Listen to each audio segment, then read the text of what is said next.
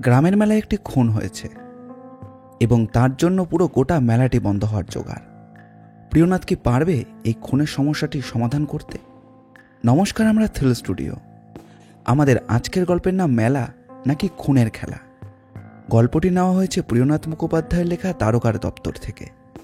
গল্প পাঠে রয়েছে শুভ, শুভম, রাজ চট্টোপাধ্যায়, চন্দন, দেবস্মিতা, বর্ণালী এবং আমি অপূর্ব। পোস্টার ডিজাইন করেছে কৃষ্ণেন্দু মণ্ডল। ভাষা পরিবর্তন ও শব্দগ্রহণে রয়েছে ধূমকেতু। গল্পটি মন দিয়ে শুনুন। তবে হ্যাঁ, আমাদের চ্যানেলটিকে সাবস্ক্রাইব না করে থাকলে অবশ্যই করবেন। এই রকম গোয়েন্দা গল্প ও অ্যাডভেঞ্চার গল্প আমরা প্রায়ই নিয়ে আসি। তাহলে আর বেশি দেরি না করে চলুন শুরু করা যাক। আমরা কলকাতা থেকে বেরিয়েছিলাম দুপুরের দিকে। নয়াসরে গিয়ে যখন পড়লাম তখন কিন্তু প্রায় বিকেল পেরিয়ে গেছে। একটু পরেই সন্ধে হয়ে আসতে শুরু করবে। বেশ বুঝতে পারছি, এখন যদি ব্যাপারটা বড় হয়ে মেলা বন্ধ হয় তাহলে মেলার কোনো মানুষদেরই সমর্থন পাওয়া যাবে না। আর এই কারণেই বড় সাহেব বুদ্ধি করে ব্যাপারটা নিজের হাতে টেনে নিয়ে সমাধান করতে চাইছেন। আমার তাতে কোনো আপত্তি নেই। এছাড়া আমি তো আর কোনো গোয়েন্দা নই। একটা অপরাধ হয়েছে, সেই অপরাধের শাস্তি দিতে পারলেই আমার হলো। আর এটাই হলো আমার কাজ। খুন? মেলার মধ্যে খুন? এই প্রথমবার শুনছি মনে হচ্ছে। পুলিশের গাড়িতেই আমরা যাচ্ছি। আমার পাশে বসেছিল একজন ইংরেজ পুলিশ অফিসার। আমার কথা শুনে পুলিশ অফিসার একটু ইতস্তত করে বলল, আসলে এমনটাই শোনা যাচ্ছে। আমিও ব্যাপারটা সামনে থেকে দেখিনি। যতটা খবর পেয়েছি তাতে ওই মেলায় নাকি একজনকে খুন করা হয়েছে। যদিও ব্যাপারটা খুন নাকি আত্মহত্যা সেটা ঠিক করে বলা যাচ্ছে না, কিন্তু সবাই বলছে ওই লোকটার আত্মহত্যা করার মতো নাকি কোনো কারণ ছিল না। এমনকি সেদিন সন্ধ্যের দিকেও তাকে বেশ ভালোভাবেই মেলার এদিকে ওদিকে ঘুরতে দেখা গেছে। তবে যে মেলার কথা তুমি ভাবছো, ব্যাপারটা কিন্তু আদৌ তেমন নয়। এ এক বড় সড়ো মেলা, আর এই মেলার একটা ইতিহাসও নাকি আছে। মেলা তো এদিকে অনেক জায়গাতেই হয়, তবে সেই মেলায় হওয়া একটা খুন কিংবা আত্মহত্যা যাই হোক না কেন, সেটাকে পুলিশ এত গুরুত্ব দিচ্ছে কেন? আসলে জায়গাটা অন্য কোথাও হলে হয়তো ব্যাপারটা চাপা পড়ে যেত, খুনিকে খোঁজার চেষ্টাও হতো না, আর সেটা না হলে খুনি অধরাই থাকতো। কিন্তু যেখানে খুনটা হয়েছে সেই জায়গায় আমাদের সম্প্রতি একটা নতুন পুলিশের থানা করার কথা চলছে। জায়গাটা একটু গ্রামের দিকে। এখান থেকে পূর্বের দিকে আমাদের বেশ খানিকটা যেতে হবে। জায়গাটার নাম নয়াসর। একটা নদীর ধার ঘেঁষে এই বছরেই আমাদের সেখানে নতুন থানা তৈরি করার কথা চলছে। তাই সেদিকটায় পুলিশের মাঝে মধ্যে যাতায়াত হয়। আর এই সব কিছুর মধ্যে মেলাটাও হচ্ছিল। আর শুধু তাই নয়, মেলা হওয়ার জন্য যে পুলিশের পারমিশন লাগে সেটাও কিন্তু ওই মেলা যারা করছে তারা নিয়ে গিয়েছিল। তাই বুঝতেই পারছো, গোটা ব্যাপারটা পুলিশের আওতার মধ্যেই হচ্ছিল। এমন একটা মেলার মধ্যে খুন হয়ে গেল, ব্যাপারটা তো চোখে লাগবেই। মেলায় কি পুলিশের পাহারা বন্দোবস্ত ছিল?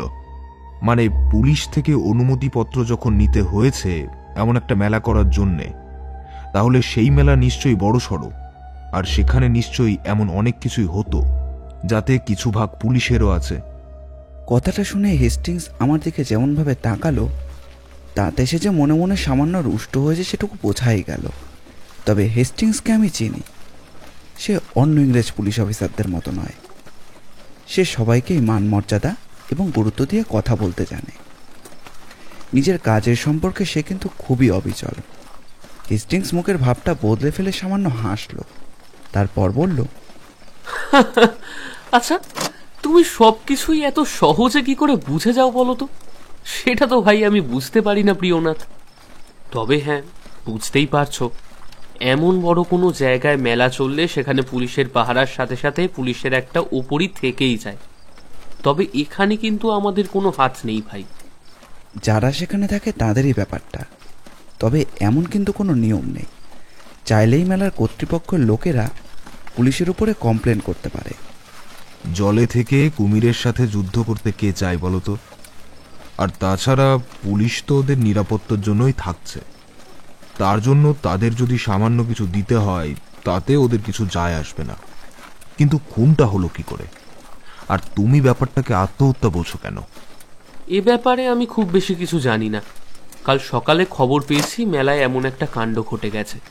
এখন পুলিশ আর এলাকার যে বড় মাথারা রয়েছে তারা সবাই মিলে চাইছে মেলাটা বন্ধ করে রাখতে।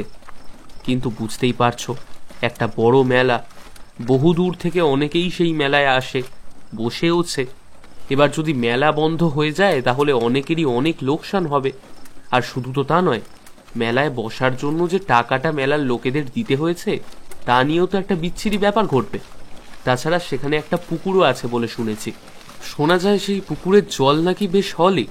মানে তোমরা আর কি প্রিয়নাথ কিছু মনে করো না, তোমরা ইন্ডিয়ানরা আর যে সব বিশ্বাস করো আর কি ভগবান ঈশ্বর এই সমস্ত কিছু, তেমনই কিছু একটা ব্যাপার আছে।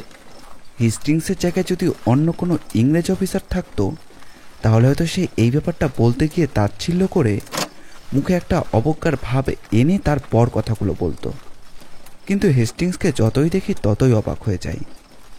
তার শরীরেও তো ইংরেজ রক্ত বইছে, তার শরীরেও তো সেই মানুষদেরই অর্থ বইছে যারা ভারতবর্ষের বুকে শুধু লুণ্ঠন আর অত্যাচার করে গেছে। অথচ হেস্টিংস এক সাধারণ গ্রামের চাষির সাথেও যেভাবে কথা বলে সেটা থেকে বড় আশ্চর্য হতে হয়। আমরাও হয়তো অমনভাবে তাদের সঙ্গে কথা বলতে পারবো না কখনো।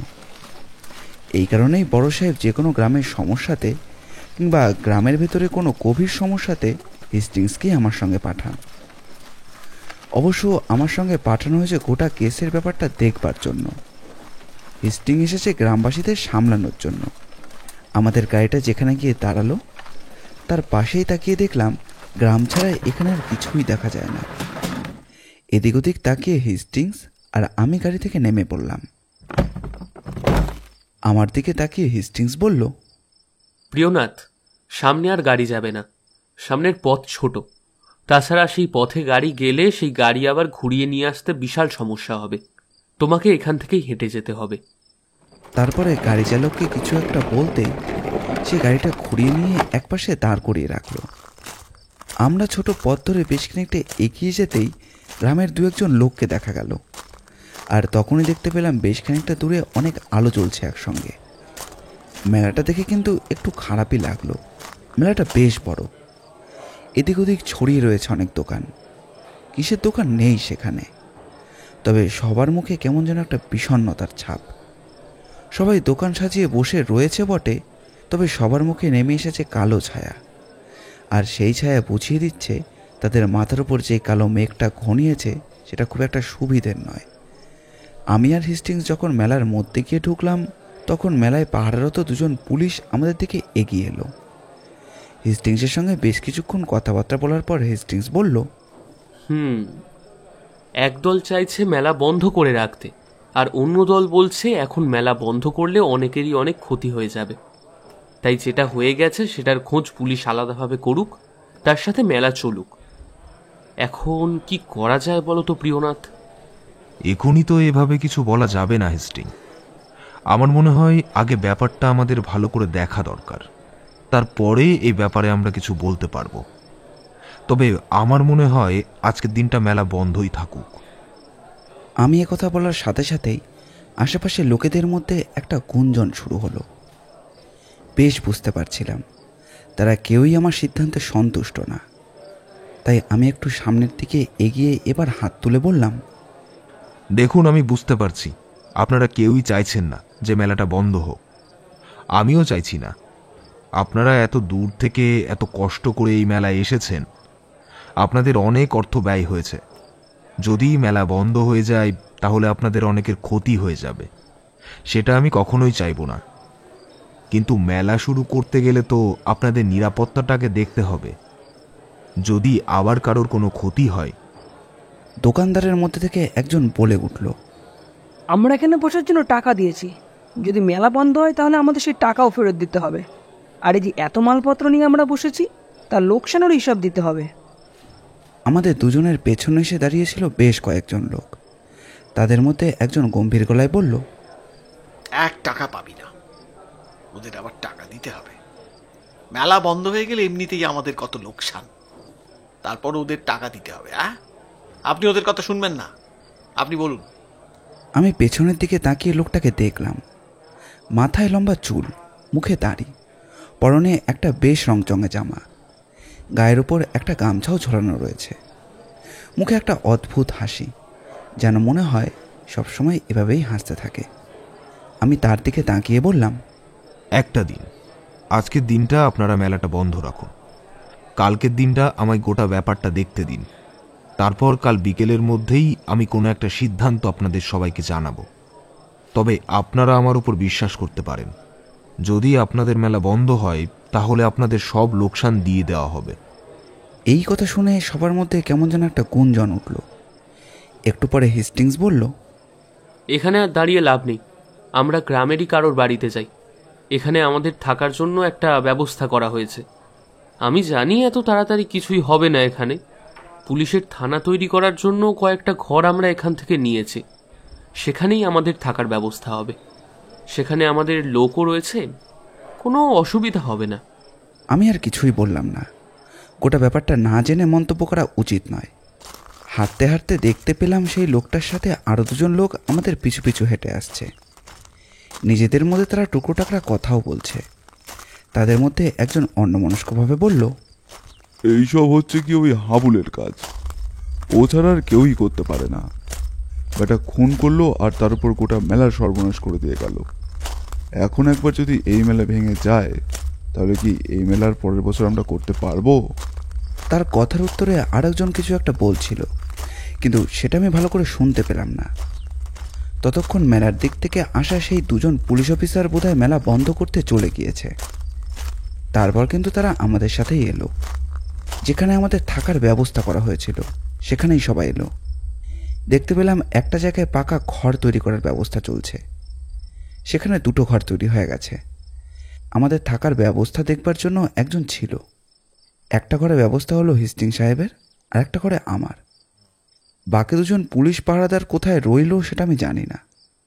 গোটা রাত কিন্তু একটু ইতস্তত করেই কাটলো, কারণ সময়টা গরমের। এছাড়া এখানে ঘরের ভেতর খোলা জানালা থাকলেও একটা গুমোট ভাব কিন্তু ঘরের ভেতরে ছড়িয়েছিল। আমি সঙ্গে করে ব্যাগপত্র নিয়ে এসেছিলাম। ওপর থেকে বড় সাহেব বলে দিয়েছিলেন সেখানে কতদিন থাকতে হবে তার কোনো ঠিক নেই, তবে এই সমস্যার সমাধান করে তবে আসতে হবে, কারণ না হলে ওখানে নতুন করে থানা করা সম্ভব নয়। এইসব নিয়ে ভাবতে ভাবতে কখন চোখটা লেগে গিয়েছিল। ঘুমটা যখন ভাঙল দেখলাম জানালা দিয়ে সকালের রোদ ঘরের ভেতরে এসে পড়েছে। একটু পরেই এখানকার দেখাশোনা করার যে কেয়ারটেকার ছিল তার ডাকেই ঘুমটা ভাঙল। সে সকালে চা তৈরি করে দিয়েছিল। চা খেয়ে হেস্টিং সাহেবের কাছে জানতে পারলাম মেলা পরিচালনার দায়িত্বে যারা রয়েছেন তারা একটু পরেই আসবেন। তাদের সাথে কথা বলে প্রথমে সমস্ত বিষয়টা জানতে হবে, তারপর আমরা গোটা ব্যাপার নিয়ে তদন্ত করব। সেই মতো আমরা অপেক্ষা করতে লাগলাম মেলা পরিচালনায় যারা রয়েছে তাদের জন্য। তবে একটু পরেই তারা এসে পড়লেন। তাদের মুখ দেখে বুঝতে পারলাম এদের 3জনকেই আমরা কাল রাতে মেলাতে দেখতে পেয়েছিলাম। ওই যে লোকটি দোকানদারকে উদ্দেশ্য করে ধমকেছিল তাকেও দেখতে পেলাম। আপনারা সকলে এখানে উপস্থিত আছেন। আমি বলতে চাইছি যে এই যে সমস্যা এখানে দেখা দিয়েছে তার সমাধানের জন্য ওপর মহল থেকে দারোগা প্রিয়নাথকে এখানে পাঠিয়েছে। গোটা ব্যাপারটা আপনারা ওনাকে খুলে বলুন, তারপর উনি যা ভালো বুঝবেন তেমনটাই ব্যবস্থা করবেন। মইনুল বলল, আর কি বলবো সাহেব, আমরা তো বড় চিন্তায় পড়ে গেছি। এখন যদি মেলা বন্ধ করে সবাইকে টাকা ফেরত দিতে হয় তাহলে আমাদের তো অনেক লোকসান হয়ে যাবে। এই মেলা আয়োজন করতে গিয়েও তো আমাদের অনেক টাকা খরচ করতে হয়। যারা এখানে জায়গা নেয় তারা যে টাকা দেয় তাতে মোটামুটি কিছুটা উঠে আসে। তাছাড়া মেলার শেষে যে মন্দির আছে ওই টাকা আমাদের মন্দিরের কাজে লাগে। এই মেলা যেদিন শেষ হয় সেদিন ওখানে মহাভোজ দেওয়া হয়। আসলে বুঝতেই পারছেন, মেলা থেকে পাওয়া সমস্ত টাকাই ওখানে কাজে লেগে যায়। এখন যদি এই সমস্ত কিছু না হয় তাহলে পুজোও যে বন্ধ করতে হবে। আর এই মেলা একবার বন্ধ হয়ে গেলে আর তো সে শুরু হবে না গো, আর চালানোও যাবে না। আচ্ছা, আপনারা 3জন এই মেলা পরিচালনার দায়িত্বে রয়েছেন, মানে এই গ্রামের হর্তাকর্তা অবশ্যই আপনারা। অনাথ রঞ্জন বললেন, এই গ্রামের মোড়ল আমি, তবে আমার একার পক্ষে এই মেলাটা পরিচালনা করা সম্ভব নয়, তাই আমি এদের 2জনকে নিয়ে তবে কাজটা করি। তবে শুধু আমাদের 2জন না, এখানে আরও কয়েকজন ছিল। আর ও মারা গেছে আজকে 3 দিন হলো। আর বলবেন না দারোগাবাবু, এই ব্যাপারটা যে কি হলো আমরা কিছুই বুঝতে পারলাম না। যেদিন রাতেও মারা গেল সেদিন সন্ধেবেলাও আমরা একসাথে বসলাম। সেদিন মেলা শুরু হয়েছে সবে, মেলায় আমরা সবাই বসে একসাথে মেলার মন্দিরে সমস্ত কাজ নিয়ে কথাবার্তা বললাম। তারপর যে যার মতো ফিরে যাওয়ার পরেই এরকম একটা ব্যাপার। আচ্ছা, মানে আপনাদের 4 জনের মধ্যে একজন মারা গেছে, কিন্তু আমাকে আসল ব্যাপারটা খুলে বলুন তো, মানে যে মারা গেছে তার ব্যাপারে। আর গোটা ব্যাপারটা আপনারা জানলেন কি করে? সেটা জানাতে গেলে আপনাকে মেলার গোটা ব্যাপারটা খুলে বলতে হবে। বিকেল থেকেই মেলা চলে, মেলায় অনেক আলো লাগানো হয়েছে, সেটা আপনি দেখেছেন। তবে তবুও মেলা রাতের দিকে খুব বেশিক্ষণ চালানো যায় না, কারণ চারপাশে সমস্তটাই গ্রাম, বুঝতেই পারছেন। আশেপাশে গ্রাম থেকেও লোকেরা এখানে আসে, বেশি রাত হলে তাদের সেখানে ফিরে যাওয়ার সমস্যা রয়েছে। এমন কিছু নেই যে মেলাতে নেই। সন্ধ্যের পরে একটু মেলা বন্ধ করে দেওয়া হয়। এই প্রথম দিন মেলা ভালোই বসেছিল, সত্যি বলতে প্রতিবার যেমন লোক বসে, আর প্রথম দিনে যতটা লোকজন হয় তার চেয়ে বেশি হয়েছিল এবার। সেদিন সন্ধ্যেবেলাও আমরা মন্দিরের চাতালে বসে সমস্ত কিছু নিয়ে একটু নোট করছিলাম। তারপর অনাথ, রঞ্জনবাবু আর বিপুলনাথ বাড়ি চলে গেল। আমি আর জগনলাল বেশ কিছুক্ষণ বসে রইলাম। কেন? সবাই তো বাড়ি চলে গেল, তাহলে আপনারা বসে রইলেন কেন? আসলে ভার্গববাবু, জগনলাল আর আমার একটু ওই তারই নেশা আছে, তাই নেশা করার জন্য আমরা একটু বেরিয়ে পড়লাম এখান থেকে। আমাদের এখানে তো মেলা হয়েছে, মেলায় তো সবকিছু দোকান রয়েছে। তো মেলার শেষের দিকে ওই যেদিকে জঙ্গল শুরু হয়ে যাচ্ছে, ওর ভেতরে একজন তাড়ি নিয়ে বসতে শুরু করেছে। জানি এসব ঠিক নয়, তো আপনার কাছে তো লুকোনোর কিছু নেই। তবে অনেকেই মেলায় এসে ফেরার পথে লুকিয়ে ছুরি একটা দূর খেয়ে নেয়, তাতে কোনো দোষ হয় না। তাছাড়া সামনে মন্দির রয়েছে, তারই খেয়ে নিয়ে তারপর মন্দিরে এসে ক্ষমা চেয়ে নিলে ভগবান সবকিছু মাফ করে দেয়। কথাটা শুনে হেস্টিংস হেসে উঠল, তারপর বলল, বাহ, এটা তো বেশ ভালো। যাই হোক, তারপর কি হলো? তারপরেই তো আসল সমস্যা শুরু হলো। তারই খেতে খেতে জগনলাল কি সব কথা বলতে লাগলো। ওই হাবুল নাকি তাকে খুন করবে বলেছে। জগনলালের মেয়েকে এমন একটা গুন্ডা বদমাশের সাথে জগনলাল বিয়ে দিতে চায় না। তারপর নাকি ওই হাবুল অনেক কিছু বলে জগনলালকে শাসিয়েছে, বলেছে তার অনেক কিছু কথা নাকি সে বলে দেবে। কিন্তু কথাগুলো যে কি সেটা জগনলাল আমায় তারই নেশাতে বলল না। বাড়ি ফেরার পথে বারবার বলছিল, মইনুল যদি আমার কিছু হয়ে যায় তাহলে এই হাবুল ব্যাটাকে চেপে ধরবে। ওই হাবুল ব্যাটা আমায় খুন করবে, খুন করে তারপর আমার মেয়েটাকে বিয়ে করতে চাইও। মইনুলের কথায় অনাথরঞ্জন বাবু, বিপুল বাবু, আমি এবং হেস্টিং সাহেব 4 জনেই তার দিকে তাকিয়ে রইলাম। মইনুলের চোখ দুটো কেমন যেন উজ্জ্বল, আর এই সকালের রোদের প্রথম আলোয় সেটা যেন আরো বেশি জলজল করছিল। সে কিন্তু চুপ করেনি, তখনও বলে চলেছে, আমি এটা বুঝতে পারছি না দারোগাবাবু, জগনলালের মেয়েটাকে বিয়ে করার জন্য হাবুল এমন একটা কাজ করতে পারে? আচ্ছা, এই জগনলালের খুনের ব্যাপারে শুনেছি একটা বিভ্রান্তি ছিল। অনেকে মনে করছে সেটা আত্মহত্যা, আবার অনেকে মনে করছে সেটা খুন। এই ব্যাপারটা কি? অনাথরঞ্জন বললেন, জগনলাল তার ঘরে তো একাই ঘুমোতে যেত। রাতের বেলা তাকে কেউ ঘরে ঢুকে খুন করে। তার হাতে শিরা কাটা ছিল, তবে যে ছুরি দিয়ে কাটা হয়েছে সেটা ছিল তার বিছানার পাশেই। তার ভাই আমাকে বলেছে সে নিজেই নিজের হাতের শিরা কেটে আত্মহত্যা করেছে, কিন্তু জগনলালের আত্মহত্যা করবার মতো কোনো কারণই ছিল না। তাই আমি মনে করি এই সমস্ত কাজ অন্য কেউ করেছে। তবে সামান্য এইটুকু কারণে হাবুল এমন কাজ করতে পারে বলে আমি কিন্তু মনে করি না। এই হাবুল আসলে কে? বিপুলনাথ বলল, এই গ্রামের ছেলে, তবে গ্রামের বেশ কয়েকজন ছেলে পেলে জুটিয়ে নিয়ে দল তৈরি করেছে। গ্রামে এদিকে ওদিকে গুন্ডামি করে বেড়ায়। একসময় ওর বাবা বেঁচে থাকতে ভালো ছেলে ছিল। ওর বাবা আমাদের পাঠশালায় পড়াতো। বাবা মারা যাবার পর থেকেই ছেলেটা বিগড়ে যাচ্ছে। কিন্তু হাবুল এই খুনটা করেছে বলে আমার বিশ্বাস হয় না। আবার জগনলাল যখন নিজের মুখে বলেছিল, তাহলে সে খুনটা করেও থাকতে পারে। কোনো আপনারাই কিছু একটা করুন। আমি চুপ করে কিছুক্ষণ ভাবলাম, তারপর বললাম, আচ্ছা, যদি মেলাটা চালু রাখার ব্যবস্থা করা হয় তাহলে কি সমস্যা হতে পারে? আর পুলিশের পাহারা বাড়িয়ে নিরাপত্তা বাড়িয়ে দিলেই তো হলো। এমন হলে আপনারা গ্রামের লোকেদের পাহারার ব্যবস্থা করে দিন। বাইরে থেকে পুলিশ আনলে তাতে অপরাধী সচেতন হয়ে যেতে পারে। পুলিশ দুজন যেমন ছিল তেমনি থাক। আপনারা গ্রামের লোকেদেরকে মেলার মধ্যে পাহারা দিতে বলুন। মেলাটা বেশ বড়, ওই সামান্য দুজন পুলিশের পক্ষে কিন্তু পাহারা দেওয়াটা সম্ভব নয়। আর তার মাঝেই আমরা অপরাধীকে খোঁজার চেষ্টা করব। তিনজনের দিকে তাকালো। তারপর মইনুল বলল, সেটাই বরং ভালো হবে। তাহলে সেই ব্যবস্থাই হোক। আর আপনি যদি জগনলালের বাড়িতে ওদের লোকের সঙ্গে কথা বলতে চান, তাহলে আপনাকে বিকেলের দিকে নিয়ে যেতে পারি। আজ তাহলে মেলায় গিয়ে মেলা চালু করার ব্যবস্থা করি। আমি হিস্টিং সাহেবের সমর্থনের জন্য তার দিকে তাকালাম।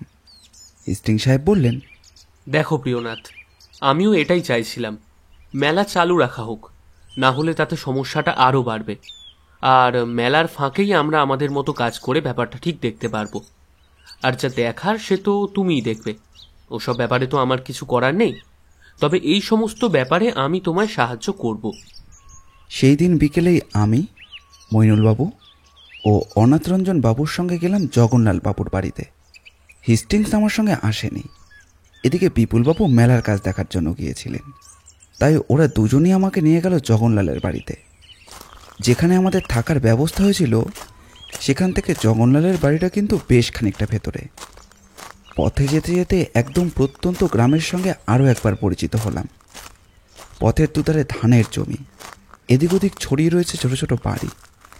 বাড়ির দেওয়াল মাটির, আর টিনের চালও রয়েছে। কোথাও কোথাও তো খড়ের চাল পর্যন্তও রয়েছে। অনেকক্ষণ হেঁটে জগন্লালের বাড়িতে পৌঁছতেই মইনুল আর অনতরঞ্জন বাবু আমাকে বাড়ির ভেতরে নিয়ে গেল। একজন সাদা কাপড় পরিহিতা মহিলাকে দেখে বুঝলাম উনি হলেন জগন্লাল বাবুর স্ত্রী। তার সাথে একটি 15-16 বছরের মেয়েও ছিল। কথা শুরু হতেই ভদ্রমহিলা বললেন, এই সমস্ত কাজ ওই হাবুল করেছে। ছেলেটার আমার মেয়ের উপর নজর ছিল। যখন আমরা কিছুতেই রাজি হইনি, তখন এই সমস্ত কাজ করেছে। গ্রামের লোকেরা তো ওর জ্বালায় একেবারে অতিষ্ঠ হয়ে থাকে। মইনুল বলল, বলছিলাম না দারোগাবাবু, এই কাজ হাবুল ছাড়া আর অন্য কারুর হতে পারে না। আমি নিজে সেদিন মেলায় ওকে দেখেছি আমাদের পেছনে গুড়গুড় গুড়গুড় করতে। ও একটা সুযোগ খুঁজছিল। তারপর যখন সুযোগ পাইনি, তখন বাড়িতে এসে... আচ্ছা, জগনলালের মৃতদেহটা কোন ঘরে পাওয়া গিয়েছিল? বাইরের দিকে আসতেই দেখা গেল পাশাপাশি দুটো ঘর। শুধু দুটো ঘর নয়, দুটো বাড়ির মতো রয়েছে। ব্যাপারটা পরে জেনেছিলাম। জগন্লাল বাবুর বাড়িতে পাশাপাশি দুটো ঘর, পেছনের দিকে আরও একটি ঘর রয়েছে। তবে সেখানে রান্নার কাজ হয়। বোধহয় পাশের ঘরটা দেখিয়ে সেই ভদ্রমহিলা বললেন, এই যে এই ঘরেই উনি রাতে ঘুমাতেন। সেদিন রাতেও এই ঘরেই ঘুমাতে গিয়েছিলেন। ঘুমাতে যাওয়ার আগে আমায় বারবার বলছিলেন হাবুলের কথা। আর একটু কেমন যেন ভয় পেয়েছিলেন, ভয়ে ভয়ে বলছিলেন। তখন বুঝতে পারিনি আসলে তার কথার পেছনে অনেক ইতিহাস রয়েছে। বড় কষ্টে তার একটা সময় দিন কেটেছে। এখন একটু সুখের মুখ দেখেছিলেন। তখন থেকেই এক খারাপ অভ্যাস তৈরি হয়েছিল, নেশা ভান করা। তা সেসব তো পুরুষ মানুষ একটু করেই থাকে। সেসব নিয়ে আমি খুব একটা কিছু বলতাম না। তবে নেশা করে যে কারোর সাথে খারাপ ব্যবহার করা কিংবা উল্টোপাল্টা বলা, সেসব ছিল না। সোজা বাড়ি এসে ঘুমোতে চলে যেতেন। তাই আমিও আর কিছু বলতাম না। তখন কি বুঝতে পেরেছিলাম এই হয়তো শেষ দেখা। কথাটা বলতে বলতে আঁচল চাপা দিয়ে ভদ্রমহিলা কেঁদে উঠলেন। আমি তাকে আর কিছুই বলতে পারলাম না। ঘরটা ভালো করে লক্ষ্য করলাম। মাটির দেওয়াল, একটা বেড়ার দরজাও রয়েছে। ঘরের ভেতরে একটি বিছানা ছাড়া রয়েছে একটি ছোট্ট আলমারির মতো। এদিক ওদিক ছড়িয়ে থাকা হাতল ভাঙা চেয়ার এবং ঘরের ভেতরে দড়িতে টাঙানো কিছু কাপড় জামা। দেওয়ালে ঝুলতে থাকা দুটো ছবি দেখে মনে হলো যে এনারাই বোধহয় জগন্লালবাবুর বাবা মা। তাতে শুকিয়ে যাওয়া দুটো মালাও পরানো রয়েছে। ঘরের ভেতর আমি, মইনুল, অনাথরঞ্জনবাবু, জগন্নাথবাবু এবং তার মেয়ে সাবিত্রী পর্যন্তও এসে পড়েছিল। হঠাৎ করে কথা বলতে বলতে অনাথরঞ্জনবাবু বললেন, আচ্ছা বাবু, আপনার কি মনে হয় বলুন তো, এই ঘরে এসে রাতের বেলা তাকে খুন করবে কে? অথচ ছুরিটা তো তার হাতেই ধরা ছিল। সাবিত্রী চিৎকার করে ওঠে। সে বলে, বাবা কিছুতেই আত্মহত্যা করতে পারে না, কেউ তাকে খুন করেছে। মইনুল বলল, আমিও তো সেটাই বলছি, ওই হাবুল বেটার ছেলে। সাবিত্রীর গলা যেন গর্জে উঠল। এবার আমায় অবাক করে দিয়ে সাবিত্রী বলল, খবরদার, হাবুলের নামে যদি কেউ কোনো কুৎসা রটাও তাহলে কিন্তু হাবুল কাউকে ছেড়ে কথা বলবে না। হাবুল এ কাজ করতে পারে না। সাবিত্রীর গর্জনে মইনুল কেমন যেন মুহূর্তের জন্য চুপসে গিয়েছিল। তারপর একটু গলা ঝেড়ে বলল, হায় হায় হায় হায়, কি দিনকাল পড়ল রে! যার জন্য এত কিছু করি সেই নাকি আবার গলা চড়িয়ে কথা বলে। ওরে, তোর বাপটা মরেছে আর তাকে মেরেছে ওই হাবুল বেটার ছেলে, আর তুই তার জন্য নাকি আমার উপর চিৎকার করিস। দেখেছেন দেখেছেন দারোগাবাবু, একবার দেখেছেন? আমি দেখেছিলাম মেয়েটাকে। পরনে গ্রাম্য কায়দায় পরে থাকা শাড়ি, মুখের ভাব খুব একটা সুন্দর কিংবা খুব একটা কুৎসিত কোনোটাই নয়, মাঝারির দিকে। মাথার চুল আলগোছে খোপা করে রেখেছে, তবে চোখে মুখে বিষাদের ছাপ। কিন্তু একটু আগে মইনুলের কথায় তার চোখ দুটো যে তীব্রভাবে জ্বলে উঠেছিল সেটা খুব ভালোভাবেই বোঝা যাচ্ছিল। গঙ্গা এগিয়ে এসে সাবিত্রীর গালে একটা থাপ্পড় মেরে বলল, এই মুখপুরি, কি করছিস তুই? কি করছিস তুই মুখপুরি? তোর তোর বাপটা মরেছে, এই হাবুল মেরেছে, আর আর তুই তার হয়ে? চর খেয়ে সাবিত্রী কেমন যেন চমকে গিয়েছিল। তবুও ধরা গলায় সে বলল, আমি জানি হাবুল এ কাজ করেনি। হাবুল এ কাজ কখনো করতে পারে না। ও আর যাই করুক, মানুষ খুন করতে পারে না। মেরে ঠ্যাংটা ভেঙে দিতে পারো তো। আগের বছর মনে নেই পাশের গ্রামের হরিকে কি করেছিল? মেরেছিল সেটা বলছো, কিন্তু কেন মেরেছিল সেটা তো বলছো না। গায়ের মেয়ে মানুষদের দিকে কুনজর দিয়েছিল, তাদের কটু কথা বলেছিল, তাই তো ও মেরেছিল। তোমাদের তো কোনো মুরদি নেই। কথাটা বলে সাবিত্রী আর দাঁড়ালো না। গটগট করে পাশের ঘরে ঢুকে শব্দ করে দরজাটা বন্ধ করে দিল। তবে সে বেড়ার দরজাটা বন্ধ করা আর খোলা দুটো একই। শক্ত হাতে ঠেলতে পারলে সে দরজা ভেঙে যাবে। তিনজনে কেমন যেন বোকার মতো দাঁড়িয়েছিল। এবার আমি বললাম, মইনুল, আমার মনে হয় এখন আর এই ব্যাপারে কোনো কথা বলে লাভ নেই। বোঝাই যাচ্ছে রাতে হয় বাইরে থেকে কেউ এসে জগনলালকে খুন করেছে, আর না হয় জগনলাল নিজেই নিজের হাতে শিরা কেটে আত্মহত্যা করেছে। কিন্তু এই সমস্ত কিছুর সাথে এই মেলার কোনো সম্পর্ক কি আছে? আসলে গোটা মেলার যে টাকা উঠেছে আমাদের, তার সমস্ত কিছুর দায়িত্ব তো আমাদের উপরেই রয়েছে। সেই সমস্ত খরচ এবং টাকার হিসেব তো আমাদেরই দেখতে হবে। হঠাৎ করেই মাথার মধ্যে একটা সম্ভাবনার কথা উকি দিল। তাই স্পষ্ট চোখে অনাথরঞ্জনের দিকে তাকিয়ে বললাম, তার মানে সেই সমস্ত টাকার দায়িত্ব আর হিসেব এখন আপনাদের তিনজনের কাছে আছে। জগনলাল সরে যাওয়াতে লাভ তাহলে আপনাদের তিনজনেরও কিন্তু হয়েছে। কথাটা শুনেই মইনুলের চোখ কেমন যেন জ্বলে উঠল মুহূর্তের জন্য। তারপর মুখে সামান্য একটা মেকি হাসি নিয়ে বলল, কে আপনি কি বলছেন? আপনি এমনটা হয় নাকি? আর আপনি কি মনে করছেন জগন্লালকে সরিয়ে দিয়ে সেই সমস্ত টাকা আমরা হস্তগত করব? আরে আপনাকে তো আগেই বলেছি সেই সব টাকা মন্দিরে পুজোর কাজে লাগবে।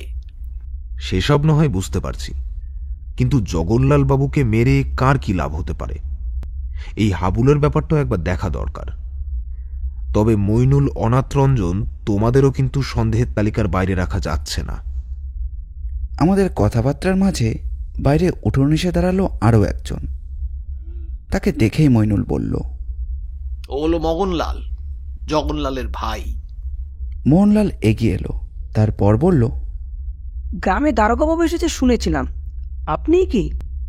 আচ্ছা দারোগাবাবু, কিছু বুঝতে পারছেন? এত তাড়াতাড়ি কি আর কিছু বোঝা যায়? সব ঘেটে দেখতে হবে, পুরোপুরি তদন্ত করতে হবে। তার আগে তো কিছু বলতে পারবো না, তবে চেষ্টা করছি যত তাড়াতাড়ি সম্ভব কিছু একটা। পুলিশের তদন্ত তো ওই কয়েকদিনই চলবে, তারপর কোনো কিছুই খুঁজে না পেয়ে ফিরে যাবে। আমি তো আগেই বলেছিলাম দাদাকে, তার ঘরে এসে এভাবে খুন করবে কে? নিশ্চয়ই সে আত্মহত্যা করেছে। তাছাড়া মেয়ের বিয়ের জন্যও তো সে এমনিতেই চিন্তিত ছিল। মেয়েটাও হয়েছে তেমন, বাড়ির কারো কথাই কখনো ভাবে না, সবসময় নিজের কথা আর ওই হারাহাবাতের জন্য ভাবে। মোহনলাল শেষের কথাগুলো কেমন যেন ঠুকে ঠুকেই পড়ল, আর কথাটা বলেই তাকালো গঙ্গার দিকে। গঙ্গা কিছু না বলে মাথা নিচু করে রইল। অনাথরঞ্জন বললেন, আহা, এখন তো এসব কথা বলে আর কোনো লাভ নেই। এখন দেখতে হবে আমাদের জগন্লালকে কে খুন করলো। হাবুল যদি খুন করে থাকে তাহলে তো তাকে ধরতে হবে, না হলে এভাবে একটা অপরাধীকে তো আর ছেড়ে রাখা যায় না। দারোগাবাবু, আপনি কি ভাবছেন? হাবুলের সাথে একবার দেখা করতে হবে, তার সাথে একবার কথা বলতে হবে, তবে সেই ব্যবস্থাটা আমি নিজেই করব। আপনাদের কাউকে আমার সঙ্গে যেতে হবে না, আপনারা যান, মেলা খোলার ব্যবস্থা করুন। মেলার মতো চলুক, আর আমরা আমাদের মতো কাজ করি। জগন্লালের বাড়ি থেকে আমরা বেরিয়ে এলাম। আমাদের থাকার জায়গায় এসে দেখি হিস্টিং সাহেব আগে থেকেই সেখানে বসে রয়েছেন। তার মুখটা একটু উত্তেজিত। জিজ্ঞাসা করতেই তিনি বললেন, একটা ভিতরের খবর রয়েছে। হাবুল মানে যার কথা ওরা বলছিল, সেই ছেলেটা কিন্তু খুব একটা ভালো নয়। গ্রামের লোকেরা তার নামে অনেক অভিযোগ করেছে। তবে এই সমস্ত কিছুর মধ্যে আরও একটা ব্যাপার কিন্তু আমি লক্ষ্য করলাম। ব্যাপারটা কি? তোমায় বেশ চিন্তিত মনে হচ্ছে। হাবুলের ব্যাপারে যতটা শুনেছি, ব্যাপারটা কেমন যেন অদ্ভুত। যারা তার নামে খারাপ খারাপ কথা বলেছে, তারা কিন্তু একটা ব্যাপার বলেছে, ছেলেটা আর যাই করুক চট করে কারোর ক্ষতি করে না। একটু গুন্ডা বদমাইশ ধরনের হতে পারে, লোকের সাথে ঝুট ঝামেলা করে, এটাও ঠিক। তাছাড়া বছরখানেক আগে নাকি মেরে কারোর পা পর্যন্ত ভেঙে দিয়েছিল। তবে মজার কথা কি জানো, যার পা ভেঙে দিয়েছিল তাকে নিজেই সে আবার চিকিৎসার জন্য নিয়ে গিয়েছিল। এই হাবুলের ব্যাপারটা আমাকেও কিন্তু বড্ড ভাবাচ্ছে। জগনলাল মারা গেছে, অথচ তার মেয়ে সাবিত্রী বলছে কখনোই নাকি এই হাবুল তার বাবাকে মারতে পারে না। একজন মেয়ে তার বাবার খুনের বিষয়ে মিথ্যে কথা বলতে যাবে কেন? এটা তো নেহাত অন্য কিছু নয়, একটা খুন। সেক্ষেত্রে ছেলেটাকে বাঁচাতে চেষ্টা করবেই বা কেন? তুমি কি বলতে চাইছো সেটা আমি বুঝতে পারছি না। তবে এই গ্রামের ব্যাপারটা কিন্তু আমায় বড় অবাক করেছে। আসল অপরাধীকে সেটা কিন্তু এত সহজে বোঝা যাবে না। তুমি তো ও বাড়িতে গিয়েছিলে, কিছু বুঝতে পারলে? না, কোনো লাভ হলো না। শুনেছি মৃতদেহ ময়না তদন্তের জন্য পাঠানো হয়েছে। রিপোর্টটা পাওয়া গেলে আর তার মধ্যে হাতের ছাপ পাওয়া গেলে খানিকটা লাভ হবে বলে মনে হয় না। মাটির ঘর, বেড়ার দরজা, তবে কাঠের দরজাও রয়েছে, আর সেখানে যে কেউই ঢুকে আসতে পারে। কিন্তু একটা ব্যাপার আরও দেখেছি, যে ঘরে জগনলাল খুন হয়েছে বলে মনে হচ্ছে, সেই ঘরের দরজায় কিন্তু ভেতর থেকে শিকল রয়েছে। নিশ্চয়ই ঘুমানোর সময় জগনলাল ঘরের ভেতর থেকে শিকলটা দিয়েছিল। তাহলে সেই ঘরের দরজা খুলে ভেতরে কেউ ঢুকবে কি করে? যদি নেশার ঘোরে সে ঘরের শিকল দিতে ভুলে যায় তাহলে ব্যাপারটা আলাদা, কিন্তু তার জন্য তো তাকে অনুসরণ করতে হবে এবং তারপরেই তাকে খুন করতে হবে। এই কাজটা করল কে? কাউকে সন্দেহ করলে? বাড়ির লোক কিংবা বাইরের কেউ? বাড়ির লোক বলতে তো জগনলালের মেয়ে আর তার বউ, এরা দুজন। এরা খুন করবে বলে আপাতত মনে হলো না। সাধারণ অপরাধী খুন করে রাগের মাথায়, সেরকম ভাবে খুন করলে সে নিজেই পরবর্তীতে অনুতাপে দগ্ধ হয়ে এমন একটা কাজ করে বসে। রাত্রে সে ধরা পড়ে যায় সহজেই, বিশেষ করে মেয়ে মানুষদের ক্ষেত্রে এটা হয়। তবে আমার পুলিশি জীবনে আমি অনেক মেয়ে মানুষই দেখেছি যারা ঠান্ডা মাথায় হাসতে হাসতে খুন করতে পারে, তাদের কথাটা আলাদা। কিন্তু সাবিত্রী কিংবা গঙ্গা, এরা দুজনই কেউ কিন্তু খুন করতে পারে বলে মনে হচ্ছে না। বাকি রইল বাইরের কেউ। জগনলালের এক ভাই আছে, তবে জগনলালের ব্যাপারে তার খুব একটা কৌতূহল দেখলাম না। গ্রামের দিকে যেমনটা হয়, ভাইয়ে ভাইয়ে জমি জমা নিয়ে বিরোধ থাকে। এখানেও মনে হলো তেমন একটা কিছু আছে। তার মানে তারকা প্রিয়নাথ এখনো অন্ধকারেই রয়ে গেছে। ব্যাপারটা কিন্তু বেশ ভালো লাগছে। আর সত্যি বলতে এই প্রথমবার কোনো একটা কেসের ব্যাপারে তদন্তে তোমার সাথে প্রথম থেকেই থাকছি। ব্যাপারটা বেশ একটু অন্য রকম হবে, কারণ এর আগে তোমার পুলিশি অনেক কেসের কথাই আমি শুনেছি। এমনকি মনে আছে সেই জমিদার বাড়ির, আরে কি যেন নাম ছিল, আরে আরে হ্যাঁ, বর্বন বাড়ির সেই খুনের কেসটা, সেটাও তো তোমার সঙ্গে শেষের দিকটা আমি ছিলাম। আচ্ছা, বেশ সন্ধে হয়েছে, মেলার দিকে যাবে নাকি একবার? যাব, তবে এখানেও আমাদের আলাদা আলাদা ভাবেই থাকতে হবে। তুমি বরং মেলায় যাও, সামনাসামনি থাকবে।